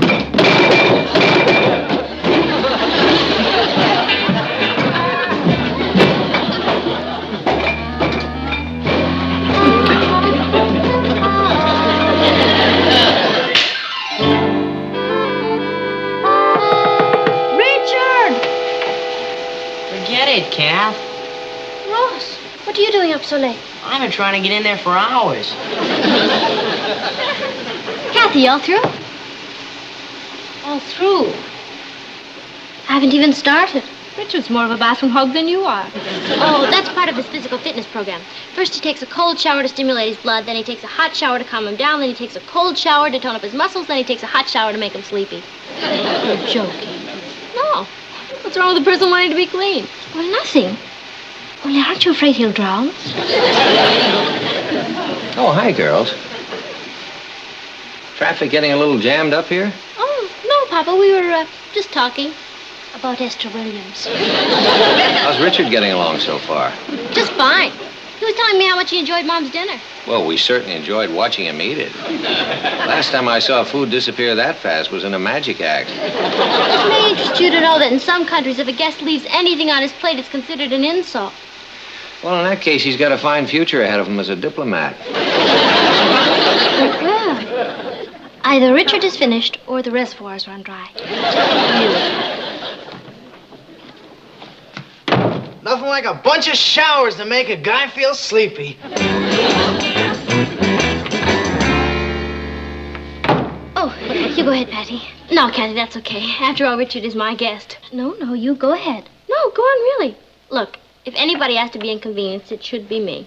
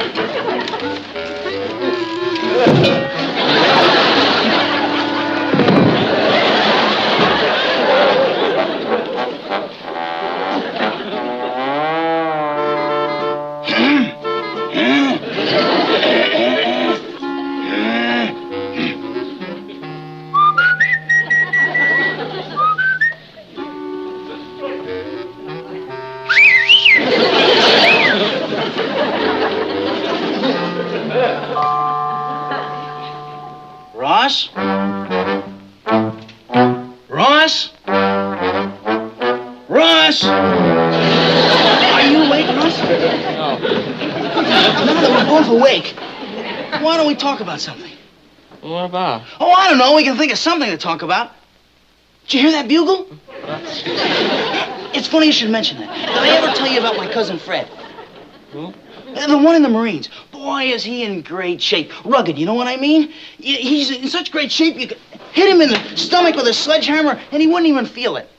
What's he doing blowing a bugle at this time of night? And you know why he's in such great shape? Now get a load of this. He never sleeps on a mattress. None of the guys in his company do. Even when they're in camp, they sleep on the floor. Now, what do you think of that? Oh, I think it's a great idea. But I'm going to be an atomic scientist, and they all sleep in nice soft beds like this one. Good night,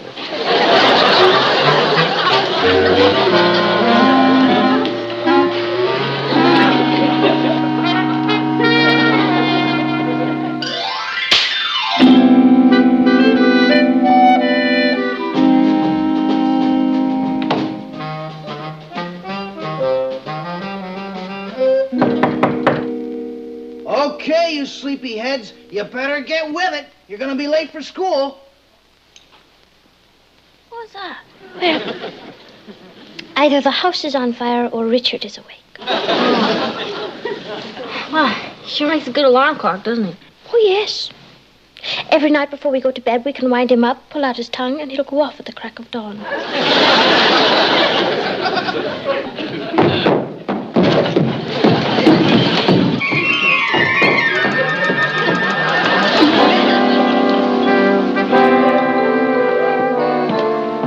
Morning, Mrs. Lane. Morning, Twinkle Toes. Huh? What would you like for breakfast, Richard? Oh, don't go to any trouble for me. Just some juice and milk will be fine. Don't be silly. I can't send you to school on an empty stomach. How about some hot cakes? Batter's ready. Well, if it's ready, I wouldn't want it to go to waste.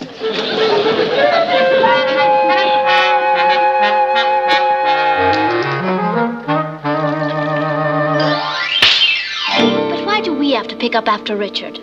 We don't. I do. It's part of my deal with Mom. I never thought it possible, but he's even sloppier than Ross. Oh, come on, Kathy. Boys are not supposed to be neat. And besides, it only looks sloppier because Richard's clothes are bigger.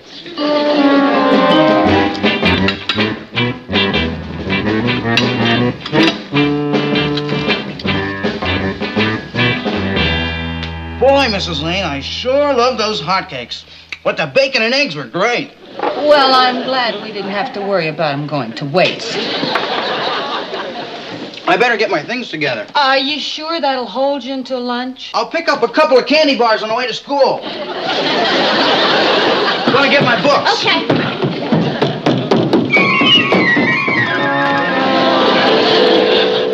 Morning, Mom. Boy, would I like some hotcakes. I'm sure you would. Good morning, Aunt Natalie. I'd like some bacon and eggs. They smell delicious. I'm afraid the smell is all you get, Kathy. Richard didn't leave much else. Oh, well, that's a great compliment, Mom. It shows how much he enjoys your cooking. Oh, believe me, I'm flattered. But until I can stock up again, why don't you two have breakfast out this morning? It'll make a nice change. All right, thank you. Don't bother giving me any money, Nat. I'll eat breakfast here. Guess again, Mr. Hubbard, the cupboard is bare. Richard? It was like an invasion. The appetite from outer space. That's not fair. Richard's a growing boy. He burns up a lot of energy. Say that again. Good morning, Mr. Lane. Are you gonna be long, Patty? No, we're ready right now. Oh, you kids sure ate fast. Well, let's go. Have a good day. Goodbye. Isn't he too much? I mean, now, where else are you going to find a house guest like that? Bye.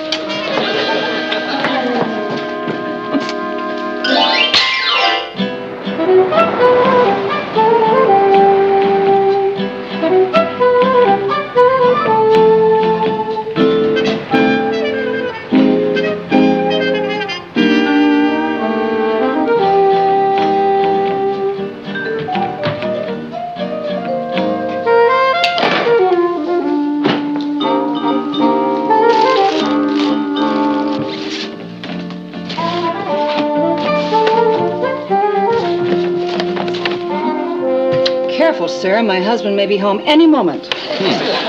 So what's all this stuff? Oh, I had a gay mad fling at the supermarket, stocking up on some of Richard's favorite foods. His favorite foods? Anything edible. You know, Natalie, I think you're right. About what? We have been invaded. Richard is a Martian. Do you think that's the answer? It's war on a fiendish scale. They're going to eat us into submission. Terrible way for the world to end.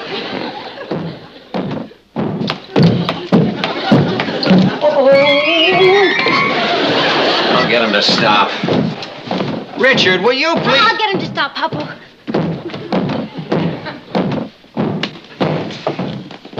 Natalie, why don't you put that where it'll be safe? Oh, no, it's become a game, and I am determined not to lose.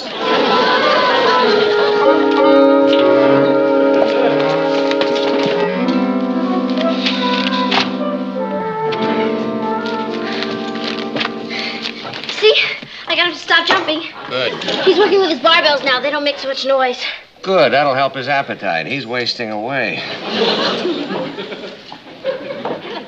Oh, we got a card from Richard's folks this morning. They're having a wonderful time. Wish I was there.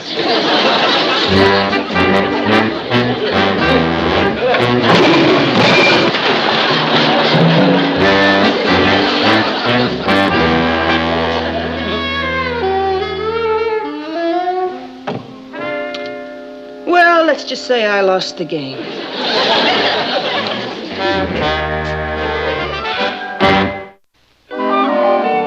One moment, please. I'll call him. Richard! Long distance. Thanks a lot, Mrs. Lane.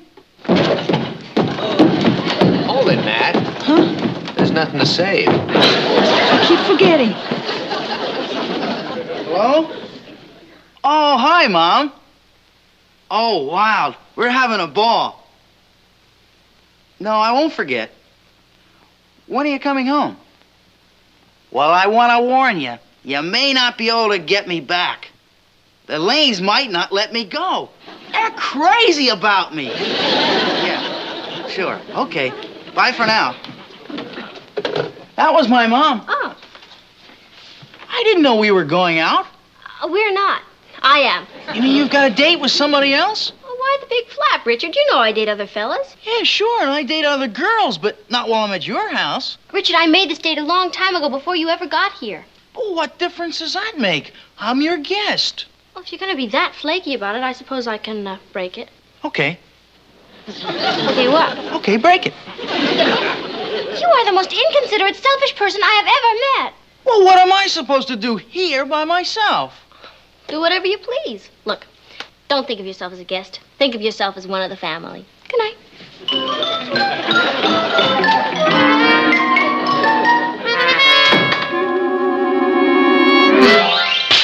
I mean it, Freddie. If you like poetry, you'll absolutely flip for this book. It's a collection of the lyrics from all the Beatle albums. It's...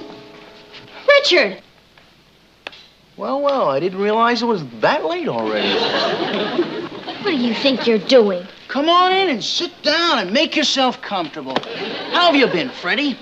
Okay. Richard! We haven't seen you around here lately, young fella. I guess school's been keeping you kind of busy, huh? Yeah, kinda. Richard! Well, the only way to get ahead is get the nose down to the old grindstone. I remember when... Richard, aren't you getting a little tired? Tired? Heck no, Patty. Tomorrow's Saturday and I... Oh, you two want to be alone. Well, I guess maybe I am getting a little tired. Don't stay up too late, you two. Oh, those kids. I'll go get you that book. I want to hold your hand. You know, Freddie, it's so refreshing to meet someone who digs intellectual. Well, you know, most of the girls I meet, they're interested in stuff like, well, fluff. Yeah. I guess I must be the old-fashioned type. I like sitting home in front of the fireplace and listening to great music or watching a good horror movie on TV. Boy, you got soul. The first time I saw you, I said to myself, boy. Go right ahead, kids. Don't let me interrupt.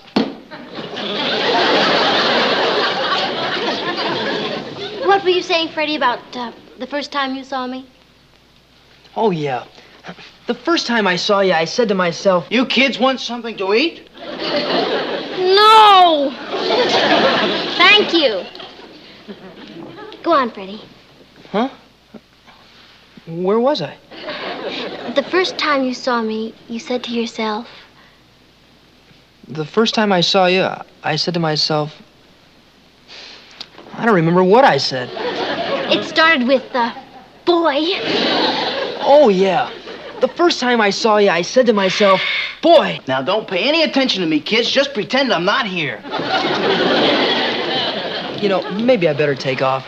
I mean, it's getting kind of late. Later than some people think. I'll see you to the door. Leaving already, Freddie? Yeah. Well, now that you know where we are, don't be a stranger. Thanks a lot.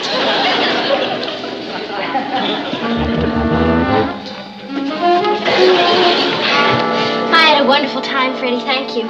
I'll call you tomorrow, Pat. Okay, bye.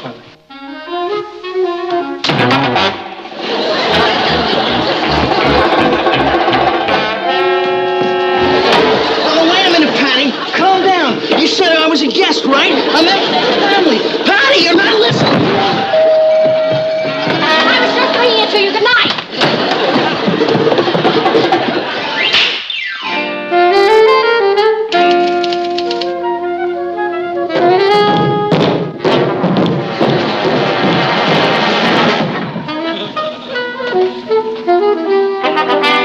Sorry about that. I dropped my shot put. Oh, that's all right, Richard. I'm going down to practice now. Fine. See you later. Well, he may not be too bright, but he's clumsy. Stop. What do you think Ross is going to be like in a few years? You trying to get me to leave home?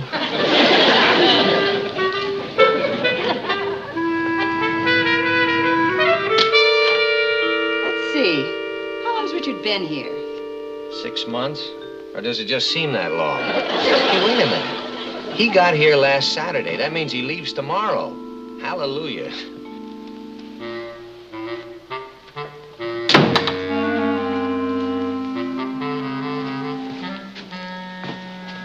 I forgot my money.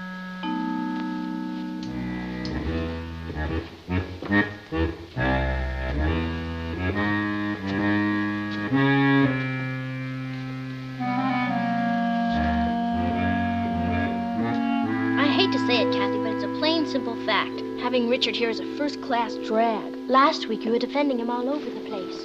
Well, that was last week. I'll tell you something. You never know a man until you've lived under the same roof with him. That's original. I'm sorry to have to say this, too, but Richard is inconsiderate and stubborn, and he eats like an army of warrior ants.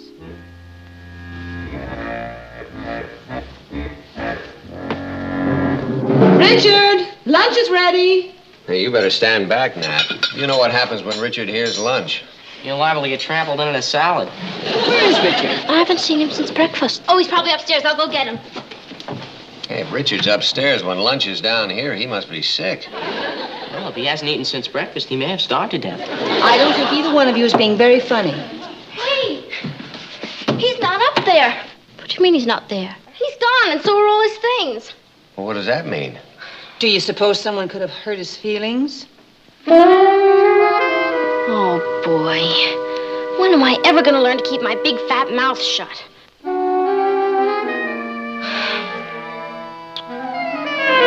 You don't have to apologize, Patty. I must have been the creep of all time. Oh, I wouldn't say that. You wouldn't? No. Maybe you were a little noisy, but nobody's perfect. Oh, I never said I was perfect. Oh, what I mean is, you're only human. Oh, I know I have my faults. Oh, so what of it, Richard? Look, every teenage boy is sloppy and clumsy. And eats like an army of warrior ants. And is also an eavesdropper. Yeah, well, you're not so perfect yourself. Who said I was? And neither's your family. Hey, now, just a minute. Let's not get personal. What's wrong with my family? All right, take your father. Boy, him and his corny jokes. Corny jokes. I noticed you got hysterical every time he opened his mouth. Well, that's because I didn't want to hurt his feelings. I was being polite. Oh, just like you were being polite when you ate everything in the house except the furniture? Well, I might have eaten an awful lot, but I didn't enjoy it. Oh, no, you just didn't want to hurt my mother's feelings. Yeah, well, she can't cook like my mother. She doesn't have have to. She only has to feed people, not a human garbage disposal. The way you slop around with all that grease all over your face and those curlers, you sure don't help a guy's appetite any. Richard Harrison, you are the rudest, most ungrateful person I have ever known, and I never want to see you again. Boy, is she sensitive. You see, honey, when two people live together, their personalities are bound to clash and create some friction for a while. But I thought I knew him so well. Look at it this way, dear. It's kind of a rehearsal for marriage. If that's the rehearsal, I'm not sticking around for the show. You'll change your mind. Now, of course you will. Marriage is a series of adjustments. Rough edges have to be smoothed out, compromises made, and that's a full-time job. That's what I said. I'm not sticking around for the show. Believe me, darling, it's worth the effort. Well worth it. Did you two go through all that torture? I'll tell you a little secret. We still do occasionally. Well, anyway, I guess I'll just have to find somebody else to rub edges with. After that hassle we had, I'll never see her. I'll get it.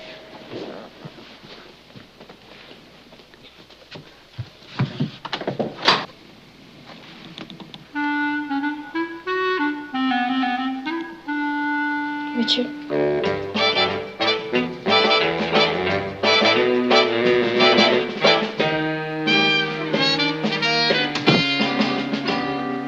Well, hello, Richard. Hi, Rich. My mother told me on the phone to give you flowers after I left. Richard, wait a minute.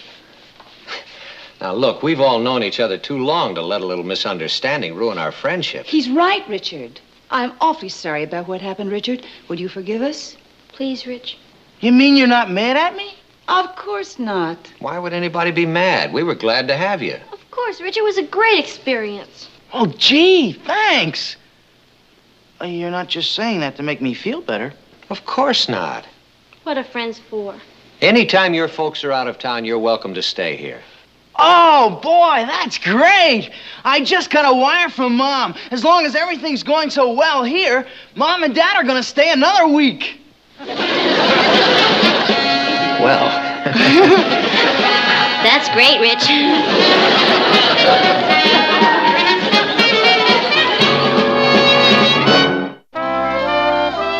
Eileen, you know, you really turned me on. Are you sure it's all right? All right. It's a guess. No, I mean my being here. Well, sure. Why wouldn't it be? I don't know. It's just kind of spooky. Your date bringing you to another girl's house. Oh, don't worry about that. The Lanes want me to feel like one of the family. I know, but you know still... what I said to myself the first time I saw you? Richard. That's right. I said to myself, Richard.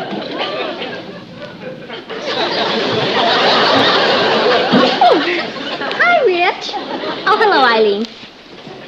Say, would you kids like a sandwich? Now? Well, sure. You come out of the kitchen and I'll fix you something nice. Hattie, we're not hungry and we're not going into the kitchen. Oh, all right. Then I'll go in and get a sandwich and come back here and we'll all sit down and have a nice little chat.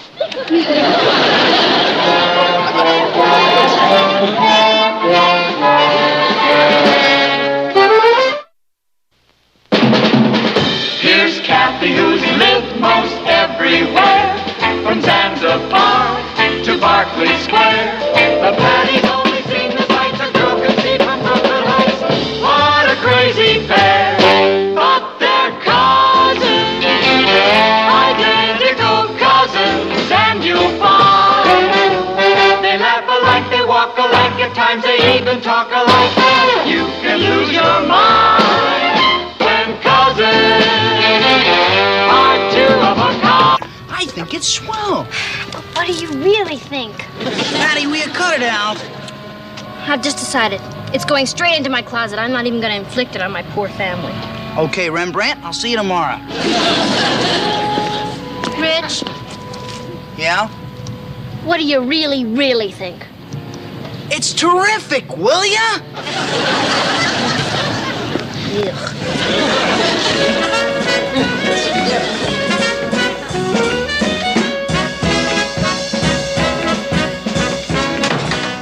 Oh, hi, honey. Hi. How's school today? Oh, great. Say, what do you got there? Nothing. Daddy, what are you smuggling into the house? Well, something I painted in art class today. A painting? Well, let's have a look.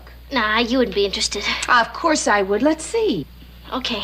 Now, Mom, if you absolutely hate, loathe, and despise it, and you will, you don't have to say it's wonderful. Patty, it isn't as though I were expecting a genuine Picasso. Oh, what? Oh, I think it's charming. I really do. It's in a style they call op art. It certainly is. That's a new school of painting. Yes, I know. Which I just flunked out of is what you're trying to say, isn't it? Not for a moment. Here, let's take it into the living room where the light's better. You really think you should? Certainly. Imagine, we've got a painter in the family. Meet Kathy, who lived most everywhere, from Zanzibar to Berkeley Square. But Patty's only seen the sights a girl can see from Brooklyn Heights. What a crazy pair! Thought they're cousins, identical cousins all the way. One pair of matching bookends, different as night and day. Where Kathy adores a minuet, The ballet russe and crepe Suzette. Our Patty loves her rock and roll, a hot dog makes her lose control. What a wild duet! Still they're cousins, identical cousins, stand you'll find. They laugh alike, they walk alike, at times they even talk alike. You can lose your mind when cousins are two of a kind.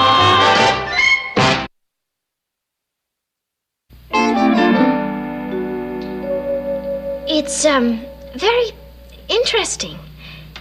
It shows a great feeling for color and design. You see? Kathy likes it too. Oh, I'll bet. Who wouldn't? I defy anyone to look at this painting and not be impressed. Hi, Mom. What's for dinner? Oh, brother, where'd you find that? Ross, your sister painted this. I believe it. Well, sis, you can't win them all. You see? Now he's honest. Loathsome, but honest. No offense, sis. I just don't happen to dig this modern jazz. Obviously. You've got it upside down. How can you tell? Ross, go set the table. Gladly. I'll help you, Ross. Anything to get away from it, huh, Kathy? Patty, will you please stop putting yourself down? Popo!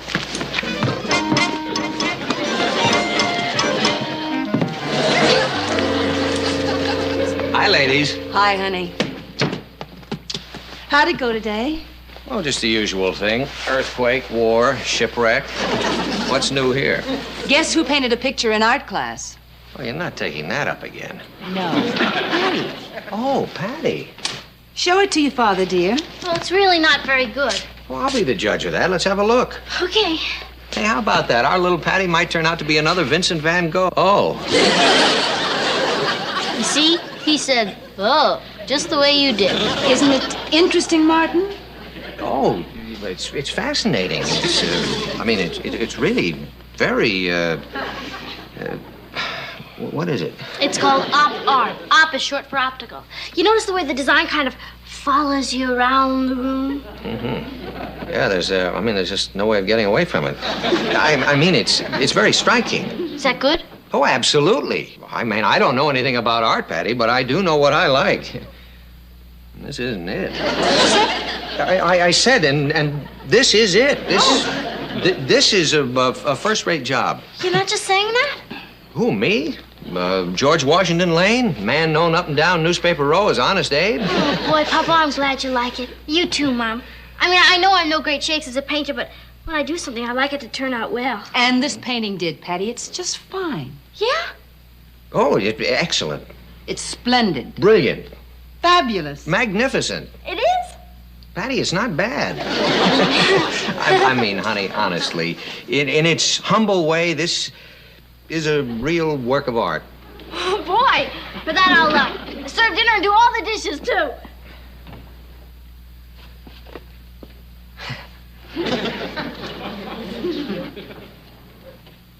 Well, my love, mission accomplished. You don't think perhaps we laid it on too thick? Impossible. Who was it who said, for the person receiving it, there's no such thing as excessive praise? George Washington Lane. Hail and farewell to you, fella. Hail and farewell. Oh, of course. Now that Patty's had her moment of triumph, she'll put that in the closet and forget about it. I'm speechless. I thought it was the least I could do after you made such a fuss over it. Do you like the frame? I helped pick it out.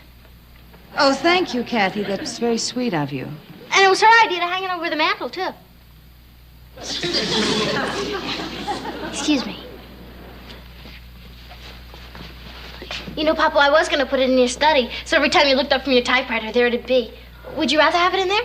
Oh, no. I don't want to be selfish about it. Well, good. I mean, this way the whole family can share it. Hey, what's for breakfast?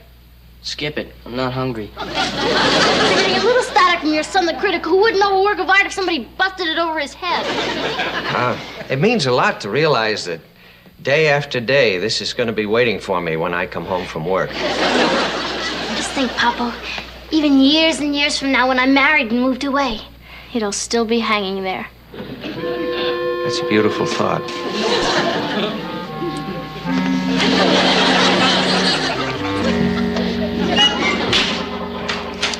Patty, there's Cynthia. Oh, hi, Cynthia. You're over here. Hi, Patty. Just a second. Louie, listen, about those 2 malteds I owe for. 80 cents. Well, I still can't pay. But look, Louie.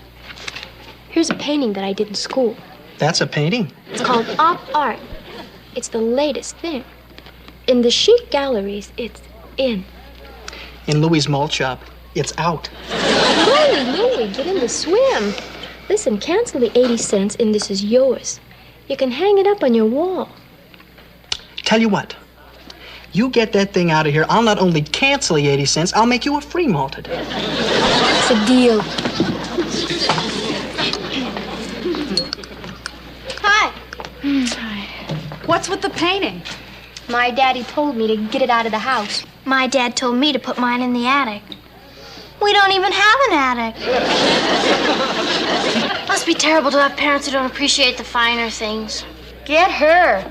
I suppose your parents flipped when they saw yours. No, not exactly. They merely said it was brilliant, charming, magnificent, superb, and a great work of art. That's what they say. Next thing you know, it's attics, Phil. Depends on the caliber of the painter. My painting's hung over the mantel. I don't believe it. It's true. We put it up this morning. This morning? That gave your folks all day to get rid of it. Very funny. Okay. My painting is available for public viewing at any time. Well, don't count on it, Patty. Your mother's probably using it right now to wrap up a fish. If that's what we're having for supper, I'm having a hamburger. No, it's not for supper. One of our neighbors brought it home from a fishing trip. I'm going to freeze it. Speaking of dead fish, Mom, when are we going to get rid of that painting of Patty's? Oh, Russ, I think you're being very unfair. I'm being unfair? Do you remember yesterday when Billy Watson came over and he got that stomach ache and we thought it was the apple he was eating? Yeah? Well, it wasn't the apple that made him sick. Will you stop exaggerating? Well, you saw it. He took one look at the painting, blinked his eyes, fell down and fainted. What about your homework? Who can study with that nightmare in the house? Every time I think of that painting, my little body starts to quiver. Well, you know, I seem to remember last Christmas, you brought home a couple of ashtrays that you had made. And everybody in this house was very polite about it. I'll make you a deal. You cover up Patty's painting with cigarette butts the way you did my ashtrays, and I'll be polite, too. Well, I happen to think that it's a very interesting painting. Tell me one thing you like about it, except for the fact that it can be used as a dartboard. Ross, one more word about that painting, and we're going to hang it in your room. I did...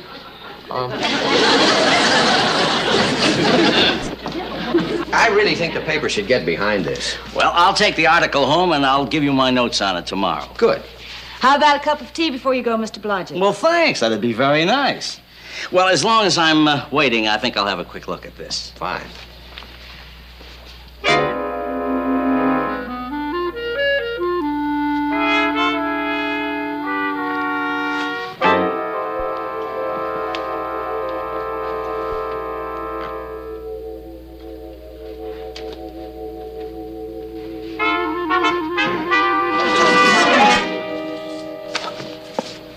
Okay, I give up. What is it? Patty Lane original. Original what? Painting.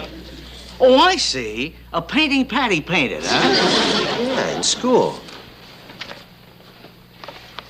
TJ, I want you to tell me honestly what you think of this. Honestly? Honestly. Remembering that you're Patty's godfather. I love it. Gee, I can't tell you how happy you just made me. Happy? Yes, because we have a tradition in this household. When a guest admires one of our possessions, he gets it. No, Martin, really, you're too kind. No, I want you to have it, TJ. I couldn't. I know what it means to you. No, TJ. If you knew what this meant to us, you'd take it. I really do have to run now, Martin. I'll see you later. What about your tea? Forget it.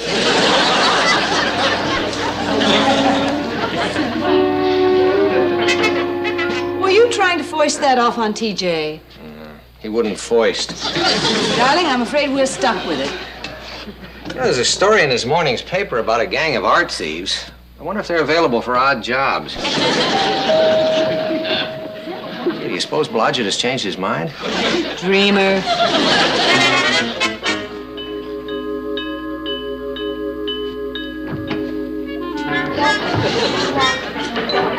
Darling, you remember Mrs. Marlowe? Good afternoon, Mr. Lane. I just came by to fetch the rocker Natalie promised us for the church auction. Oh, the rocker. I'll give you a hand with that now. Thanks. Excuse us. Oh, yes, surely.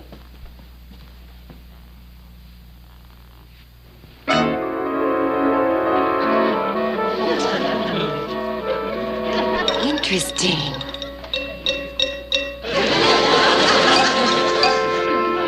Fascinating. Be careful on the stairs, dear. Well, here it is. Oh, thank you. My, that's interesting, Natalie. Is that something new? Oh, yes. We just acquired it. It's lovely. It is. I mean, it is. Very unusual. Only one of its kind. I'll bet it was very expensive. No, the value is largely sentimental. Every time we look at it, we choke up. Oh, dear. Then I don't suppose you... You don't suppose we'd what, Mrs. Marlowe? No, I can't ask you. Mrs. Marlowe, I beg you, ask. I was wondering whether you would even consider donating it. To your auction? Martin. It's yours.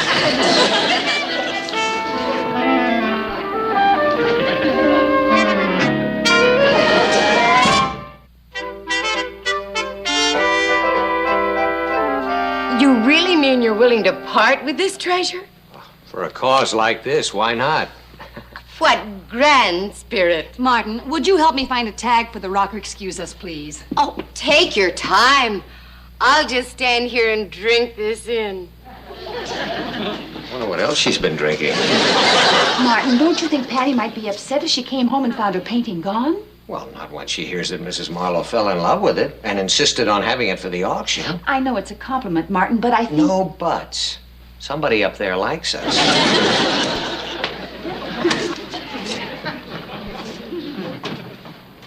Well, here we are, all set. Oh, thank you. My car's outside. Oh, I'll take it out for you. And I'll bring the other donation. Aren't you a pair of darling people that...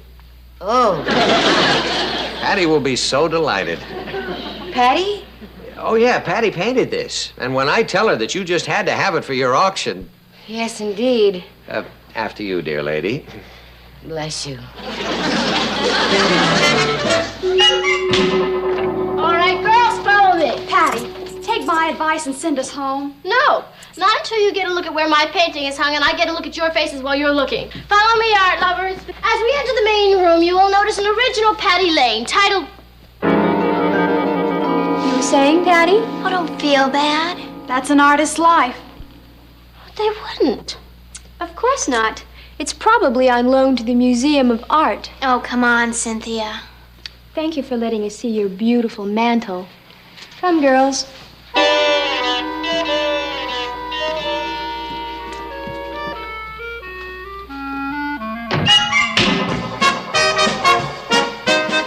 Patty, dinner's ready.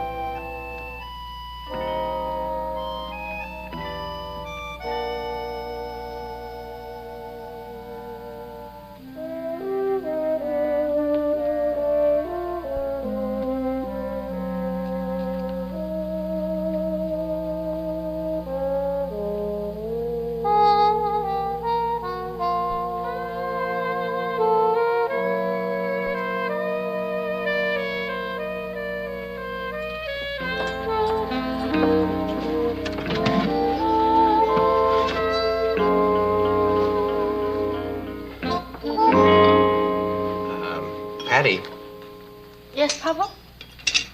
I suppose you've noticed your picture is gone. Picture? What picture? The painting you did.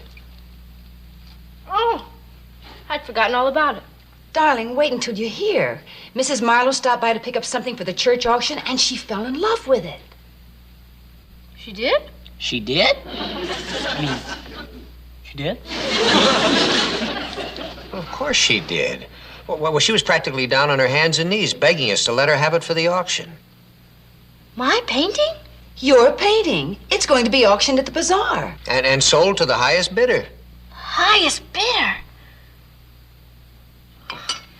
I'm dead. Why, Patty? There aren't gonna be any bids. It's just gonna sit there while people stare at it and make jokes, and I'll be so humiliated I want to die.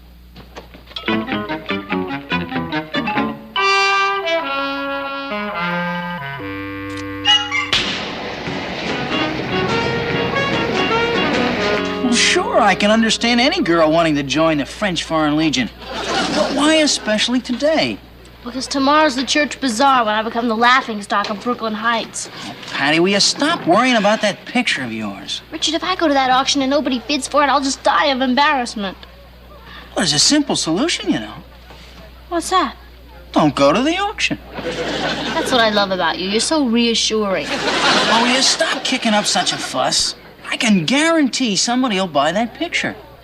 But I've never been to an auction before. Well, what's the difference? They just put things up for sale and you bid on them. Yeah, but how? Oh, lots of buyers have different signs. Some touch their nose, some wink, and some wiggle their ears. What should I do? Don't take any chances. Raise your hand and yell. How high should I go? Well, as of right now, if you go any higher than $4.95, we're both gonna land in jail. Martin, you're not serious. You want me to pass up a golf game just to buy Patty's painting? I can't do it myself, TJ. It's got to be somebody outside the family. And tomorrow was the day that I was going to break 120. Hey, it's for Patty's morale. You always said she's just like your own daughter. I wouldn't do it for my own daughter. But Patty is your own godchild. Okay, I'll do it. TJ, you're the greatest. Thank you. But you know, I just hate auctions. I get so carried away when the bidding gets hot. Well, it won't. Don't worry. Not when you're the only one bidding. Please, Louis, it's for Patty. You wouldn't want her feelings to be hurt. No, I like Patty. I promise I'll pay you whatever it costs to buy the painting. Okay, I'll do it. But what do I want with the picture? I've already got a picture. Okay, I'll friend for you at the auction. Well, what do you care about Patty? Well, after all, she's my sister. Well, that's what I said. What do you care about Patty? Well, she's a dragon and all, but when the chips are down, I can't let the poor kid get hurt. I once saw an auction in the movie. Ross, you realize that once the bidding starts, it can run into real heavy money? You haven't seen Patty's painting. Gone. Sold to Mrs. Hamill for $18.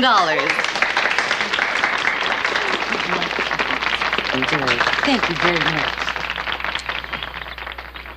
I want to go home. Steady, honey. Now we have a very delightful example of modern art, painted by Miss Patty Lane and generously contributed for sale at this auction. Before the bidding starts, may I point out that this original, stimulating work of art is beautifully mounted in a beautiful frame that would be a desirable addition to any beautiful household.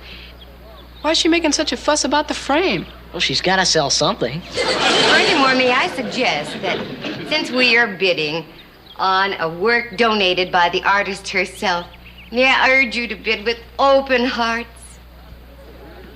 25 cents. I hear 25 cents.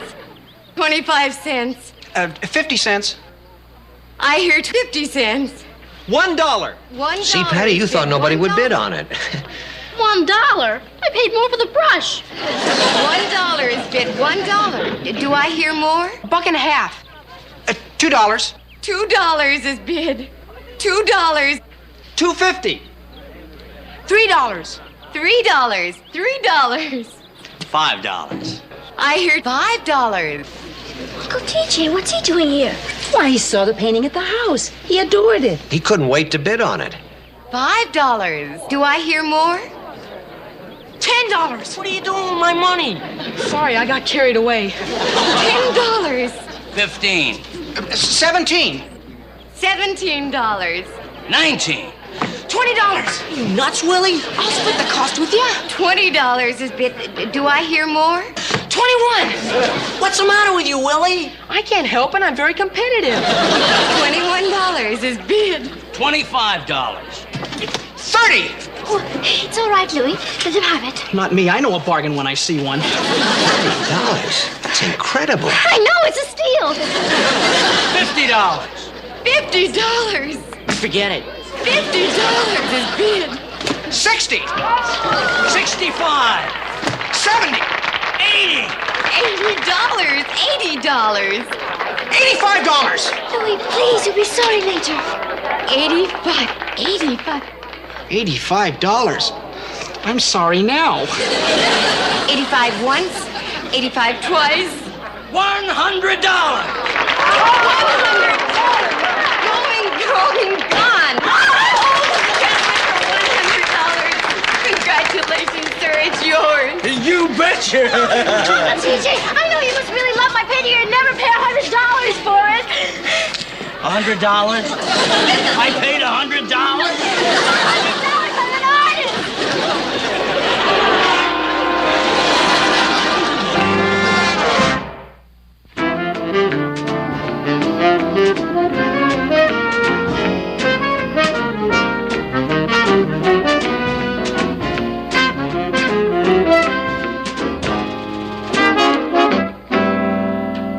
Oh, hi, hon. Hi, Papa. Patty? Uncle TJ asked me to come by and sign my painting. Isn't that sweet? Oh, he's a great guy. Yeah, I'll show you his office. I know where it is. I'll be right back. Excuse me. She's just walking on air. Oh, he's a prince, that TJ. I wonder what he plans to do with that painting. Well, I'm sure he'll think of something. Say, I'm just about finished here. Why don't you hang around for a while and I'll give you a ride home? Good.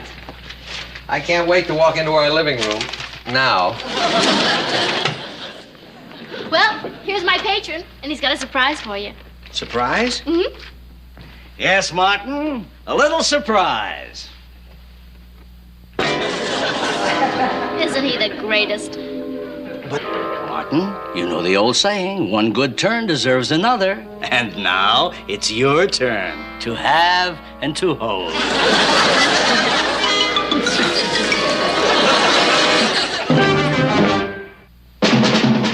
What a crazy pair.